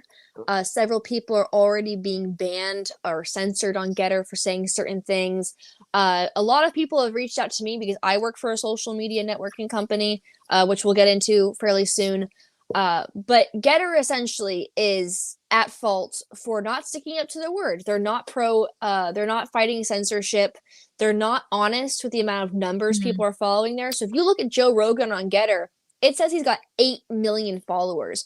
Now, GETTR doesn't even have a few million people using their platform. But Joe Rogan, essentially what they did was they copy pasted his tweet following and just pasted the number onto his GETTR page, which should not be allowed, in my opinion, because that's false advertising to the amount of people who are actually using that site. And if I was using, and as somebody who, you know, has social media platforms, I want to know the demographics and the statistics of every single social media platform that I'm working with. That's how I run my business. If I go to GETTR and it's got the exact same number of followers on my Twitter or more, because it includes Twitter and GETTR followers, I'm not getting the actual information of what I'm getting done on GETTR, what I'm getting done on Twitter. Right. I also want to point out that GETTR has not only censored and lied to people using their site, but GETTR has also a lot of their funding come from not the best sources. A lot of their funding come from this Chinese billionaire who has old ties to informants in China. Do you know his name? I have to get his name. I can't pronounce it properly, but he's also, it's also, a lot of it is brought to us by Steve Bannon, who, here's the thing, I've met Steve Bannon, but I don't trust him. I feel like Steve Bannon looks like he smells like sweat. He smells like ash. He smokes. Okay. Yeah. I don't know if he smokes. I've never seen him smoke, but he smells like ash all the time. Okay. And here's the thing. It's like, it's the same way I feel about Roger Stone. It's like, they were cool in person, but we know the shady history they're tied to. Like, for example, I actually like Roger Stone. That's the thing. He seems cool. I've met him a couple times. He's very nice. But Steve Bannon, the entire time I was with him, he's like, you should join the military. You should join the military. I'm like, well, I tried. I can't. And I'm like, he's like, why not? Why did he tell you that? He's very obsessed with the fact his daughter's in the military, and therefore everyone should join the military or the Marines or something. And I didn't want to say anything, but I'm very anti-war and very anti-industrialized military complex, and he was very confused by that. On top of that, like I actually did apply to join the military, and you didn't tell him that you're a full-time e-girl and you don't have time for that. No, I didn't tell him that. I did apply to the military out of high school, and they denied me because of autism, actually. What? Yeah. Wow. So they're actually very picky who they take in, because I wanted to be in the Navy like my grandfather. And so, but they said no. You know, and Steve Bannon, essentially, he was like, you should be in the military. You should be in the military. I'm like, no. Like, it was really weird. It was very strange. Where did you meet him? I met him in DC. Someone just thought my content was really good and thought I could work for Steve somehow. And just sent me to go talk to him. We had coffee at like this place he was staying at in DC. Or maybe he was visiting in DC. I don't know. It was very strange. But he had like a picture of his daughter, not even framed, like of her like with like this giant gun in her hands, just sitting on the fireplace mantle. And that's what guys do, though. Guys are bad at framing photos. Like it wasn't even my framed. Dad. He's like, see my daughter? She's in the military. They don't really do fighting for this country. You should join the military. I'm like, sir, how about no? Like, my dad had this picture of like, well, he had a framed picture of me and my mom. I always like, this is my favorite family memories, but framed picture of him and my mom. And then when he first started working as a Teamster, one of the first shows he worked on was Sex and the City, like first season. Like probably 98, 99. And then so he had a picture of him and Sarah Jessica Parker. Just exactly the picture, what you're talking about. No frame. He just rested it in front of the photo of him and my mom on the mantle. So yeah, guys don't really frame photos. They're not big on like sentimental or nostalgia. But it was just like weird. It was just like, but it's like, sir, I'm like, I preach about the like industrialized military complex. The whole reason I wanted to join out of high school. What? Gray said you were denied for being soft and anxious. Dude, I'm totally titling this episode "Soft and Anxious." That's interesting though that you met him. That's very cool, Ashton. He's very interesting. He was very odd. But would I trust him running a website that's anti-censorship? Absolutely not. He's a very Is he smart running GETTR? man. Is he in charge of GETTR? He's not in charge of GETTR, I don't think, but he's a part of it somehow. Okay. Also, not to mention the founder of it, the CEO is super weird, and I don't know. But basically, the first day of operation, July 4th, 2021, GETTR was quote unquote hacked, and a lot of user information was leaked. Wow. Yeah, it's GETTR is not a good place.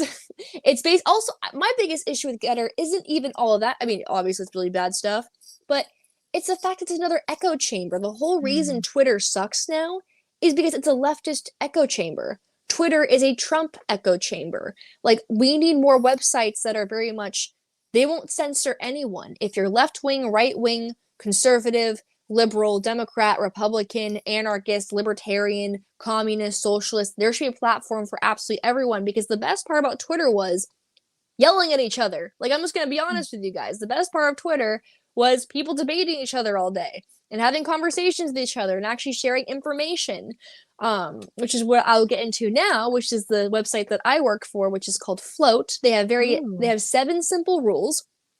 One is no doxing. You have to be 13 years or older to join. They don't allow child pornography, but they do allow pornography. Oh, that's nice. There has to be a hashtag on it that clarifies it's pornography. That's basically it. I know there's more. Oh, there's no spam allowed. That's pretty much it. There's 7 simple rules. Their terms of use is not like this crazy long paragraph that you have to like scope over. Like, it's just a bullet points of 7 different things. And they don't censor anyone, and they welcome anyone left or right to join their platform. And my biggest takeaway from it is, who would you rather, trust, right? The website that's funded by a Chinese billionaire, or the website that's put together by 2 married anarchist hippies who live in an RV in Texas? That's definitely what this website looks like. So this is at floatsocial.us. It's at float.app. FLOT. Float.app? Yeah, it's FLOTE. Oops, all right. FLOTE.app. Okay. I want to share this other tweet because the first time I ever was made aware of GETTR not being that great was from Elijah Schaefer, and he's the one who mentioned to me that Nick Fuentes wasn't allowed, or he was banned off GETTR. Why does everyone hate Nick Fuentes so much? Here's the thing. I don't really understand him. The only thing I've heard about him is that he seems or is kind of gay, and I'm like, all right. I mean, big deal. Even if you don't like his politics, yeah, the answer shouldn't be to ban him. It's not like he's obnoxious. Right. It's not like he's going around harassing people. Yeah, what's the threat about? Like, what's the threat of Nick Fuentes? Nick Fuentes isn't annoying. Yeah. He just said, Yeah.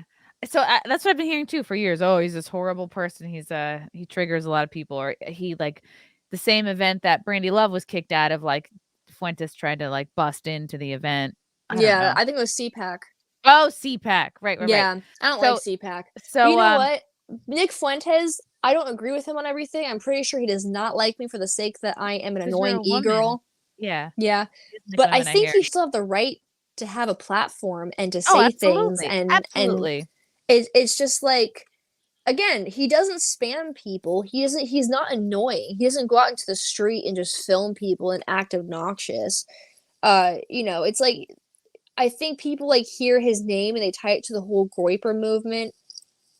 But really, I think Nick Fuentes is the smartest of all of them, because he actually knows what he's talking about. He brings up history references. He brings up statistics and interesting. He actually is someone who can hold a conversation.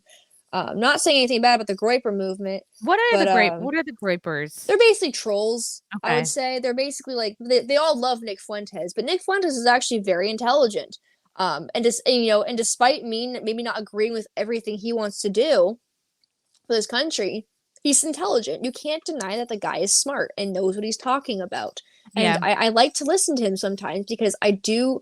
Even though, again, I don't agree with everything, it's important to take in information you may not know or understand, or may not even agree with. From people who you might not like or agree with. Yeah. Exactly. And but it's important to get all different sides and dynamics, and I think he's intelligent enough to give his side properly. Yeah. And so if it weren't for this Nick Fuentes thing on GETTR and me hearing from Elijah, that he's not allowed, I wouldn't have known. And so here is Joe Rogan talking about GETTR. And so here's this tweet here from Elijah Schaefer. It's interesting that Joe Rogan is also suspicious of GETTR after learning about the Chinese funding, what you mentioned, follower inflation, blocking of political dissidents they disagree with, Fuentes, leftist dog whistles in terms of service, Democrat background of staff, and AWS servers.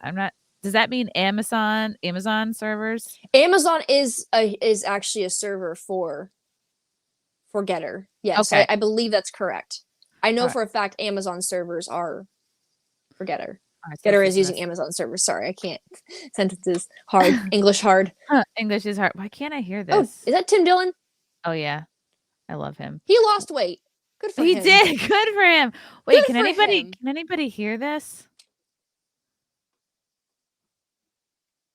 I can't hear it. That this is mattering to. Oh, here it goes. Every day the internet's expanding. It seems to be getting bigger and bigger. And the people that have a platform online, a digital platform, seem to be getting more and more attention. So to me, isn't there an inevitable shift coming to where comics really are just going to have to compete digitally? I think the digital aspect of it is the best way to promote themselves for sure. Right. Whether it's through putting their stuff online on a YouTube or a Rumble or Instagram or whatever they're doing. Like or GETTR, which you're now on. You're on GETTR. That's a news story. I might be a why part is of it the a news Chinese story? Communist Party now, I believe. Yeah. Why are you? It's a news story that you're on GETTR. Well, the news story is their fucking amount of people that signed up increased by 1,150% or something. Yeah, you have like 20. You have like 9 million followers on GETTR. Yeah, it's not real though. Is it because not real? GETTR doesn't even have 9 million people. No, really? Yeah. It's a lot so of fuckery. There's fuckery with that. This is where the fuckery is. They take all my Twitter followers. So my Twitter followers like 7.8 million. You know what's ironic about this? Over. So I started out with 7.8 million. Well, pause it. So whatever I have now, if I Joe Rogan, he like helped promote GETTR. Yeah. And now he's calling it out within like the same couple weeks. That's insane. Yeah. Interesting, right? I want to see what else he says here. 8. It's like really I have 200,000. So GETTR is fugazi, as they say. Definitely fugazi. And every time I post on Twitter, it posts automatically on GETTR. Oh, interesting. Yeah, that's actually a cool feature. I wish that would do mine like that. I'm just like, they what do are that my... on mines as well. Okay. And I wish they did that on Gab, and the Float is currently working on something similar. That is a cool feature, I think is cool. My issue is with the number copying. That's very weird. Because you're making it look like that millions of people are on this app when they're not. And again, the hacking, the information getting out, the user information being leaked, the fact that communist China is tied to GETTR, the fact that Steve Bannon is tied to GETTR, the fact that it's an echo chamber. It keeps adding. The fact that they don't even fight censorship because they themselves censor. It's just it's a giant just a lot of red flags. So many red flags. I don't like it. Your tweets. And I don't know how to get off. Like if I don't know how to get off. You have to sit down with Marjorie Taylor Greene personally. And she's got to tell me all about what's in the basement of Common Pizza. She's got to take you down the rabbit hole. I love it. And you come out the other side. Wait, so they won't let him leave? They won't let him leave GETTR like it's a cult? But who knows? Maybe. Can you delete your account on GETTR? If you can't delete your account, that's weird. Who knows? That's Maybe weird. Deal worked out. There was a deal. I mean, he did post to say everybody get on GETTR. So who knows if like they gave him money for that? I mean, I can't. But now he's like, in it. This is sus. Yeah. That's funny though. I like the Comet Pizza reference. That's funny. So, but here's the problem. And I think this is going to be the same problem with every new platform that comes about. You're going to need major mega funding to start a new social media platform. And somebody with that kind of money is going to be, I think, politically one way or the other. So how do you're going to find just a neutral billionaire that's going to just a pro free speech billionaire, I guess. I mean, again, the people who run Float, they're doing it out of pocket basically with a few donors. And they're just a couple of anarchist hippies who are true. I mean, not even anarchist. I mean, I guess like, but they don't like calling themselves libertarian either. So, but they're just very much pro free speech. They want everyone to have a voice, everyone to have a platform. communist, socialist, far right wing, fascist, Republican, Democrat, left wing, all of it. They want a space for everyone. And the problem is that they're not super big billionaires. And I wonder if we're ever, I don't think there are any super big billionaires who actually genuinely care about non-bias and free speech. And that's the issue, is that everything's compromised. I think by the time you get it, you've made it and you're good. Like, that's what's so kind of amazing about Joe Rogan, for how much money he's worth and how much money he makes and how successful he is. Like, he could totally be a much bigger douchebag. I mean, he's not a douchebag at all. He could totally afford to be an asshole, and he's not. He's still just a regular guy. And so, yeah, I don't know. It seems like most rich people don't really care about anybody who's underneath them. Yeah. And it seems that's how politicians are too. Everybody in charge right now. So it's devastating. It's kind of upsetting though, because I was like, ooh, GETTR, I'm excited. And now we also have Trump's new platform called Truth Social, which is going to debut on President's Day, February 21st. But then that's just another echo chamber, just Trump people. And the thing is, I like when people get mad at me. Like, I love when I go on Twitter and I'm like, Israel's not our greatest ally. We should stop being in the Middle East. We should stop going to war. Honestly, my favorite part back in my MAGA days was when I would critique Trump and all the MAGA people would come at me like, I thought you were a Trump supporter, blah, blah, blah, blah. And it's like, I would have these honest and factual critiques about a president that I supported for the time. I no longer support him for the many reasons. And I would basically bring up, well, I don't like the fact that he didn't pardon Julian Assange. I didn't like the fact that he didn't pardon Ulbricht or Snowden yet. I didn't like the fact that he continues to send missiles in the Middle East. I don't like the fact that he continues to make excuses for Israel and pretend they're our greatest ally.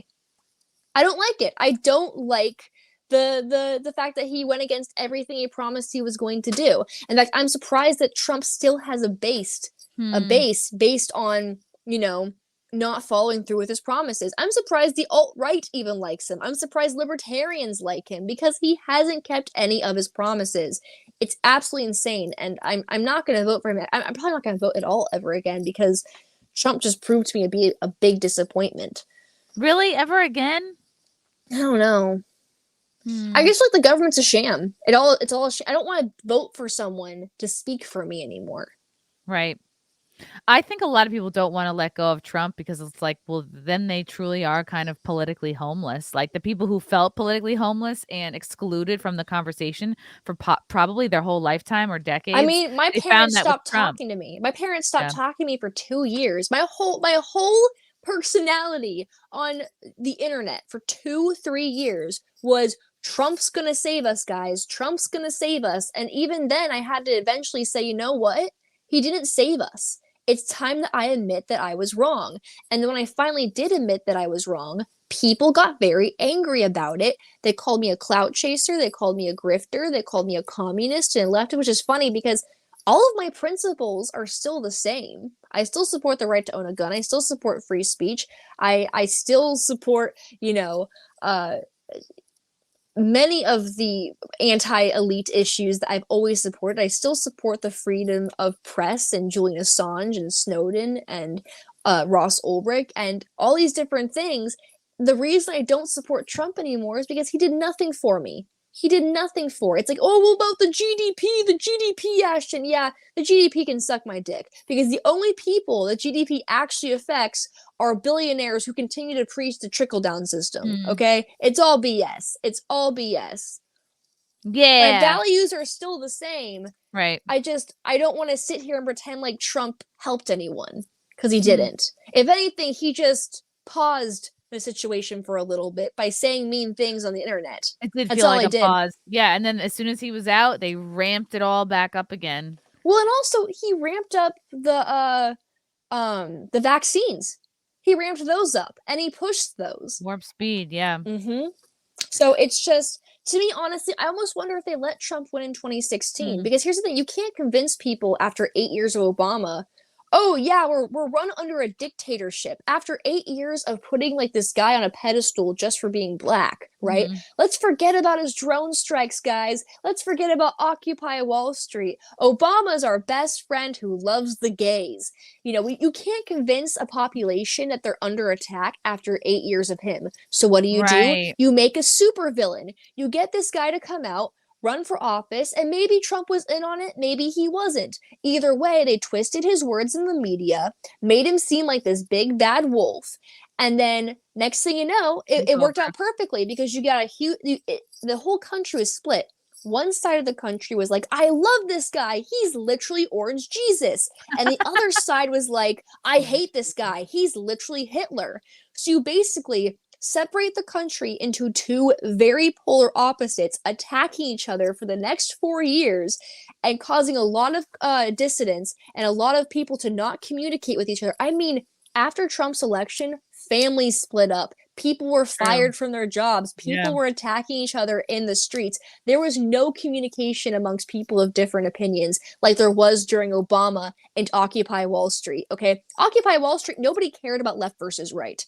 Nobody cared about that. Classism. It was about taking down the banks. Next thing you know, Chase Banks got, look, guys, we've got a gay pride float. We're cool now. We're gay now. But under Trump, it was all about left versus right, which was completely different versus what happened with Occupy Wall Street. And I wouldn't be surprised if Trump was thrown in there after Obama to make people forget what they felt and what it meant to team up together during Occupy Wall Street. Because when Trump was in office, no matter what side you were on, the country was split. And after Trump, it was like, okay, guys, we need to fix this because we need to fix people hating each other. Let's put Biden in there. Let's build back better, as they say. So now, whether you like Trump or not, I still think they let him in there on purpose. I think they let him win in 2016 to rile us up, to make us hate each other and fight each other in the streets, distract us from the bigger problems for 4 years.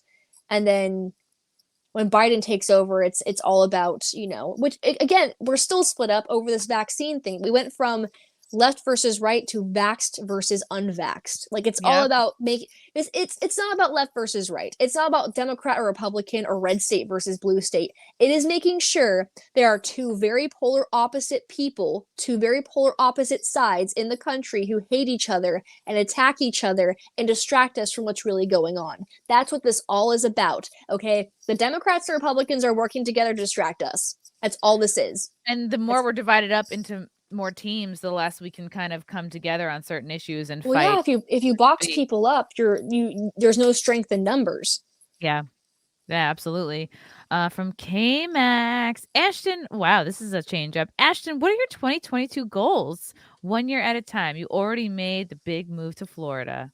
I know. I really would like to.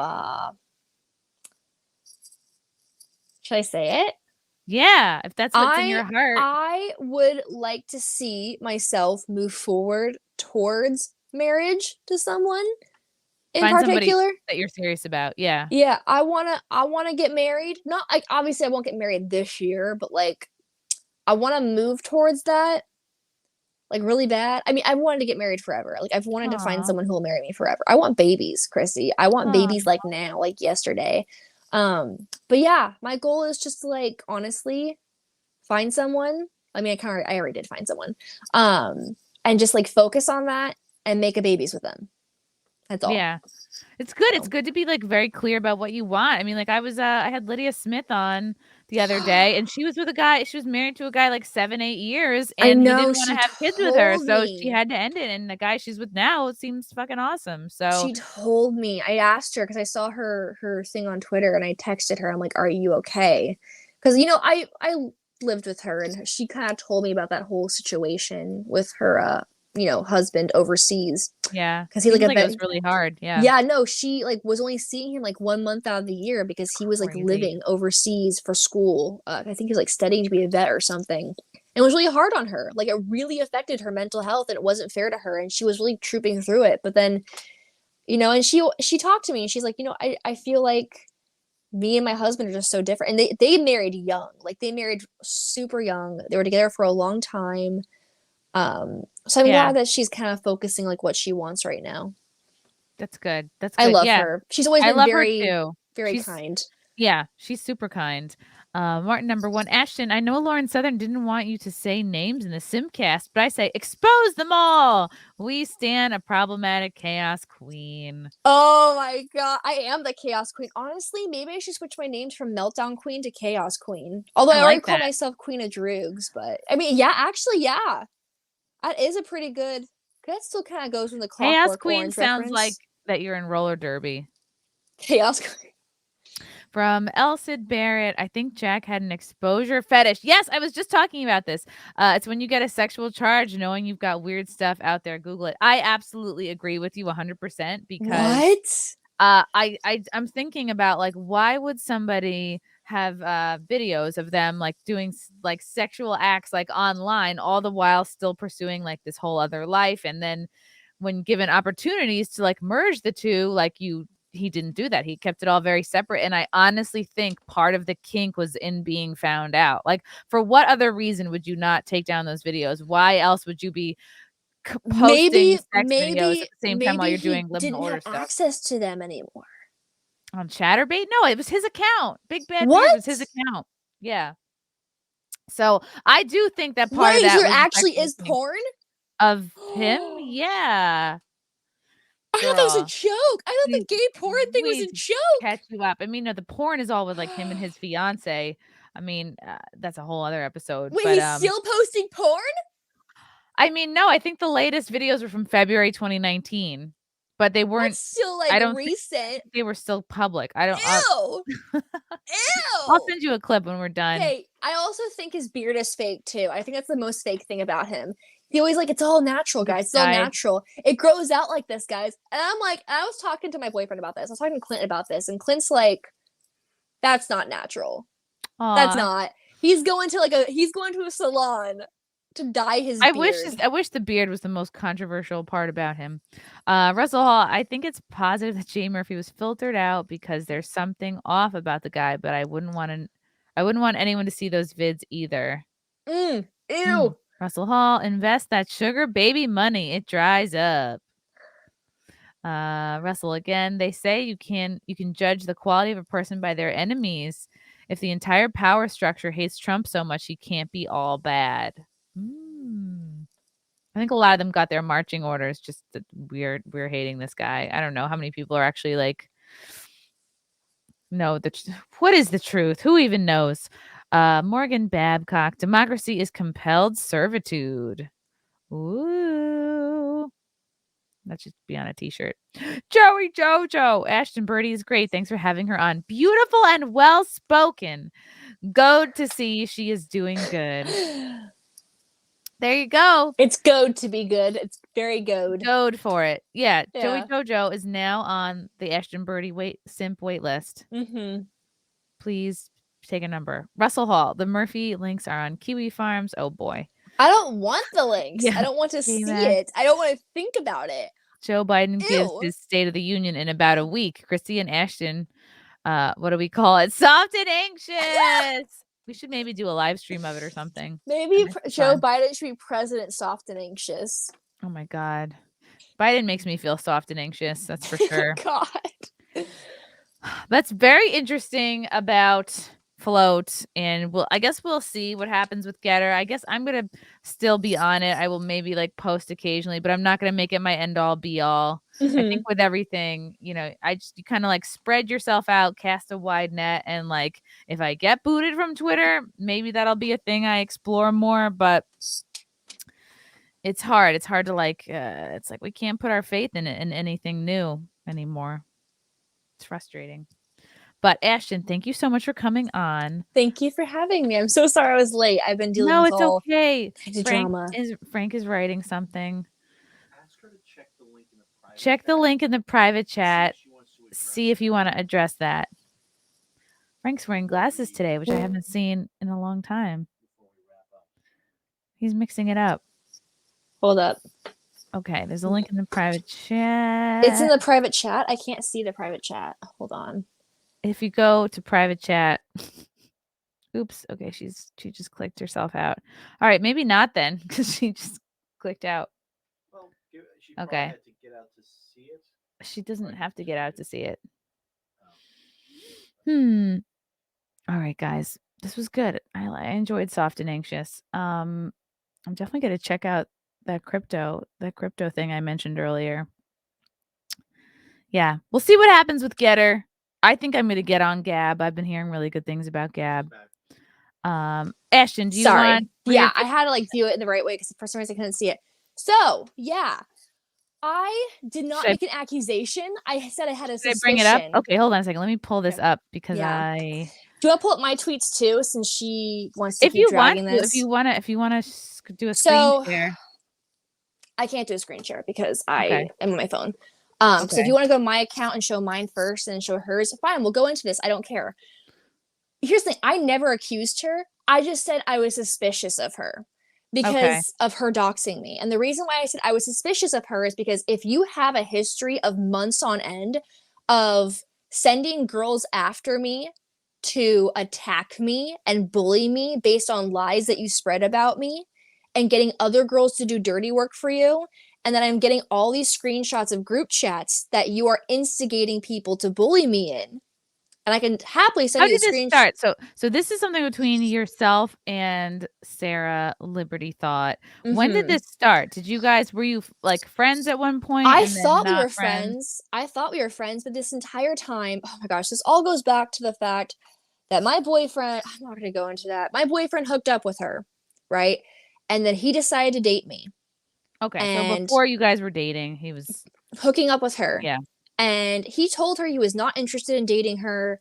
She was like seeing 3 other guys at the time. She had sugar daddies going on. I asked her if she had feelings for him when he started pursuing me because I didn't want to step on any toes. She told me she was not interested in him. Let me be very clear. She told him and me not interested. He told her not interested. He was pursuing me. We started dating. And essentially what happened was she went into people's group chats saying how I quote unquote stole her man, all of this crazy stuff, and how I'm horrible. I'm a terrible person. And then she started spreading more lies about me, trying to get other girls riled up. She sent a girl named Astrid after me to bully me. She lied to another girl, claiming I was trying to sleep with her husband when I wasn't. Like all of this crazy ass shit that wasn't true. And so one girl reached out to me and started sending me screenshots from all the group chats that she is saying this stuff in. And at first I was like, whoa, this is like crazy. And then more people started sending me more screenshots. People came forward and said that Sarah was in fact sending people to bully me, and they felt bad because they were lied to about me and that they felt used and whatnot. And so you have proof that she put your phone number somewhere? So I even said I'm not accusing her. I'm just suspicious because the very next day after I received all of these screenshots, right? After she had a stream with a lot of the girls that she was in a group chat with, I started getting really weird robocalls. And the next morning, I got a text message from a number I did not recognize saying, hey, your number was leaked in a group chat. I tried calling that number back. It went to like straight to like this robotic voicemail. Then other girls came forward and started basically saying how Sarah was in all of her group chats accusing other girls of leaking, which is ironic because she was leaking personal DMs of me and personal DMs of her other friends in other group chats. And then she was basically getting girls to dogpile on one another in a bunch of different group chats. Then she was talking to other people about the whole situation. And by the way, every single person in these group chats had reached out to me to make sure they knew they didn't dox me and they hadn't seen any doxing. Okay, so they were trying to clear their own name. Yeah, but Sarah was the only person who had not reached out to me to say, hey, I don't like you. I did say this about you, but I did not dox. She didn't tell me that. She never once came to me, and that was suspicious to me. And then here she tweeted, someone is publicly making accusations that they are suspicious I doxed them. Gossip has been going around, but I never doxed anyone. I asked several times for evidence from this person that I doxed them. And so she wants to see evidence, but it's, it's also possible you could. Here's the thing. Again, I told her I had suspicions based on her behavior. All she had to do was tell me, hey, I don't like you. But here's the thing too. She's also denying other stuff she did, which I have evidence of. And that's what makes it even more suspicious. She's denying she sent girls after me to bully me, but then I do have evidence of that. She's denying that she accused me of trying to sleep with a married man, but I have evidence of that. She's denying sending screenshots around, but I have evidence that she put in screenshots of messages between two friends of hers and claiming they're her own screenshots when they're not. Like, I have evidence of all the stuff that she said, you know, isn't true, but then when the evidence is brought to her, she's like, oh, well, yeah, I did do that, but I didn't do this.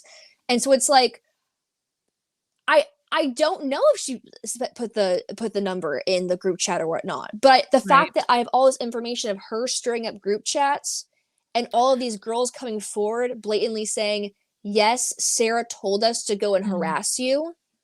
Like, I have screenshots of girls coming forward. If it was me, I would just like stop talking to all these people. Like, honestly, like maybe this is just a getting older thing, but like I have no patience for people trying to ruin my peace. I just want to know who doxed me. Okay. I simply say that she's a suspect. I never once accused her. I say she's a suspect, but I have girls coming forward saying, she told us to bully you. She told us to harass you. And that for me is enough evidence to think, okay, well, that makes her suspect number one. Doesn't mean I'm actually accusing her and saying she did it. No. Right.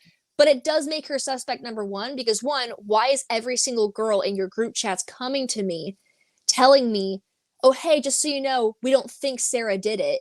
But then it's like, then why isn't she telling me that? Yeah. She's going to everyone else's group chat saying, oh, we need to talk about this, this, and this, but she's still like, she didn't come to me until I wrote that tweet. She talked to everyone else involved but me until I wrote that tweet. Yeah, I would just see, I wonder if like, and comedians do this too. They create drama just for views, just for like something to talk about. And maybe someone else posted it and is trying to pin on her. But she should have said that to me when this all went down instead of trying to save her ass. She was more concerned with saving her reputation with everyone else and didn't come to me. And that's what pisses me off. Yeah, I would say like just ignore her. You know, like if this person is not making your life better, and that goes for everybody, unless somebody is like wants to contribute to you as a person, whether it's like working with you or your well-being or like giving you an orgasm. You know what I mean? Like unless somebody's going to add to your life in some way, it's just it's not worth sweating over. Block, mute, do whatever you have to do, but it just seems like all of this is just kind of like stealing your peace. Yeah, you're right. I just like, I'm annoyed because I'm still getting robocalls. I'm still getting harassed, and I just want this all cleared up. I really do. Would you change your number over it, or you're just gonna like? I'm gonna change my number if it keeps going on. I'm gonna change my number. I'm just. Again, I never once officially accused her. I simply say I'm suspicious of her. Makes sense. Because all the behavior adds up. Yeah. And the fact that she didn't just come out to me, because she's known about me getting doxxed since the moment I was doxxed, because I told people, hey, like, it's a little weird that I got all these screenshots from group chats and then this happens. And then from therefore out, sorry, I can't speak English right now. All of these girls started coming to me saying, hey, Sarah is attacking me now in the group chats. Hey, this person is going these group chats. I'm disavowing all group chats. No more group chats, Ashton. It's insane. So I'm getting all of these screenshots from like 7 different girls out of 3 different group chats, and Sarah is going into every single group chat. I didn't want to bring up her name. I didn't want this even public, but the fact that like she was going into group chats and accusing all the other girls of leaking and doxing and doing all this stuff, and never once came to me to say, hey, I didn't do it. Yeah, that's weird to me. Seems like you're just above all of this. And I would just like mute, block, do whatever you have to do. But like just focus on like what you want to create and like your goals, you know? Damn, I don't want to talk about this too, but Frank, you really pressed me. This is all Frank. He's doing a shrug. Frank doxed me. Proven point. I doxed Frank is in the group chat. No. Ashton. God. You're a delight. Tell the good people where they can find you and follow you. You can find me on Twitter at the Ashton Blaze, on YouTube as Ashton Birdie, and of course on Instagram as Ashton Birdie, and of course, most importantly, on Float as Ashton Birdie. K-Max says, we need Lauren Southern's notepad. I am lost without it. I agree. I know. Only she can save us. Only Lauren can save us. She has a way of explaining things. Thanks for coming on, Ashton. I adore you. Don't worry. All this drama will pass. And Yeah, just focus on getting pregnant this year. No, I'm just kidding. Yep. All right. Thank you, chat, for the super chats and the comments. Until next time, guys. Bye. Bye.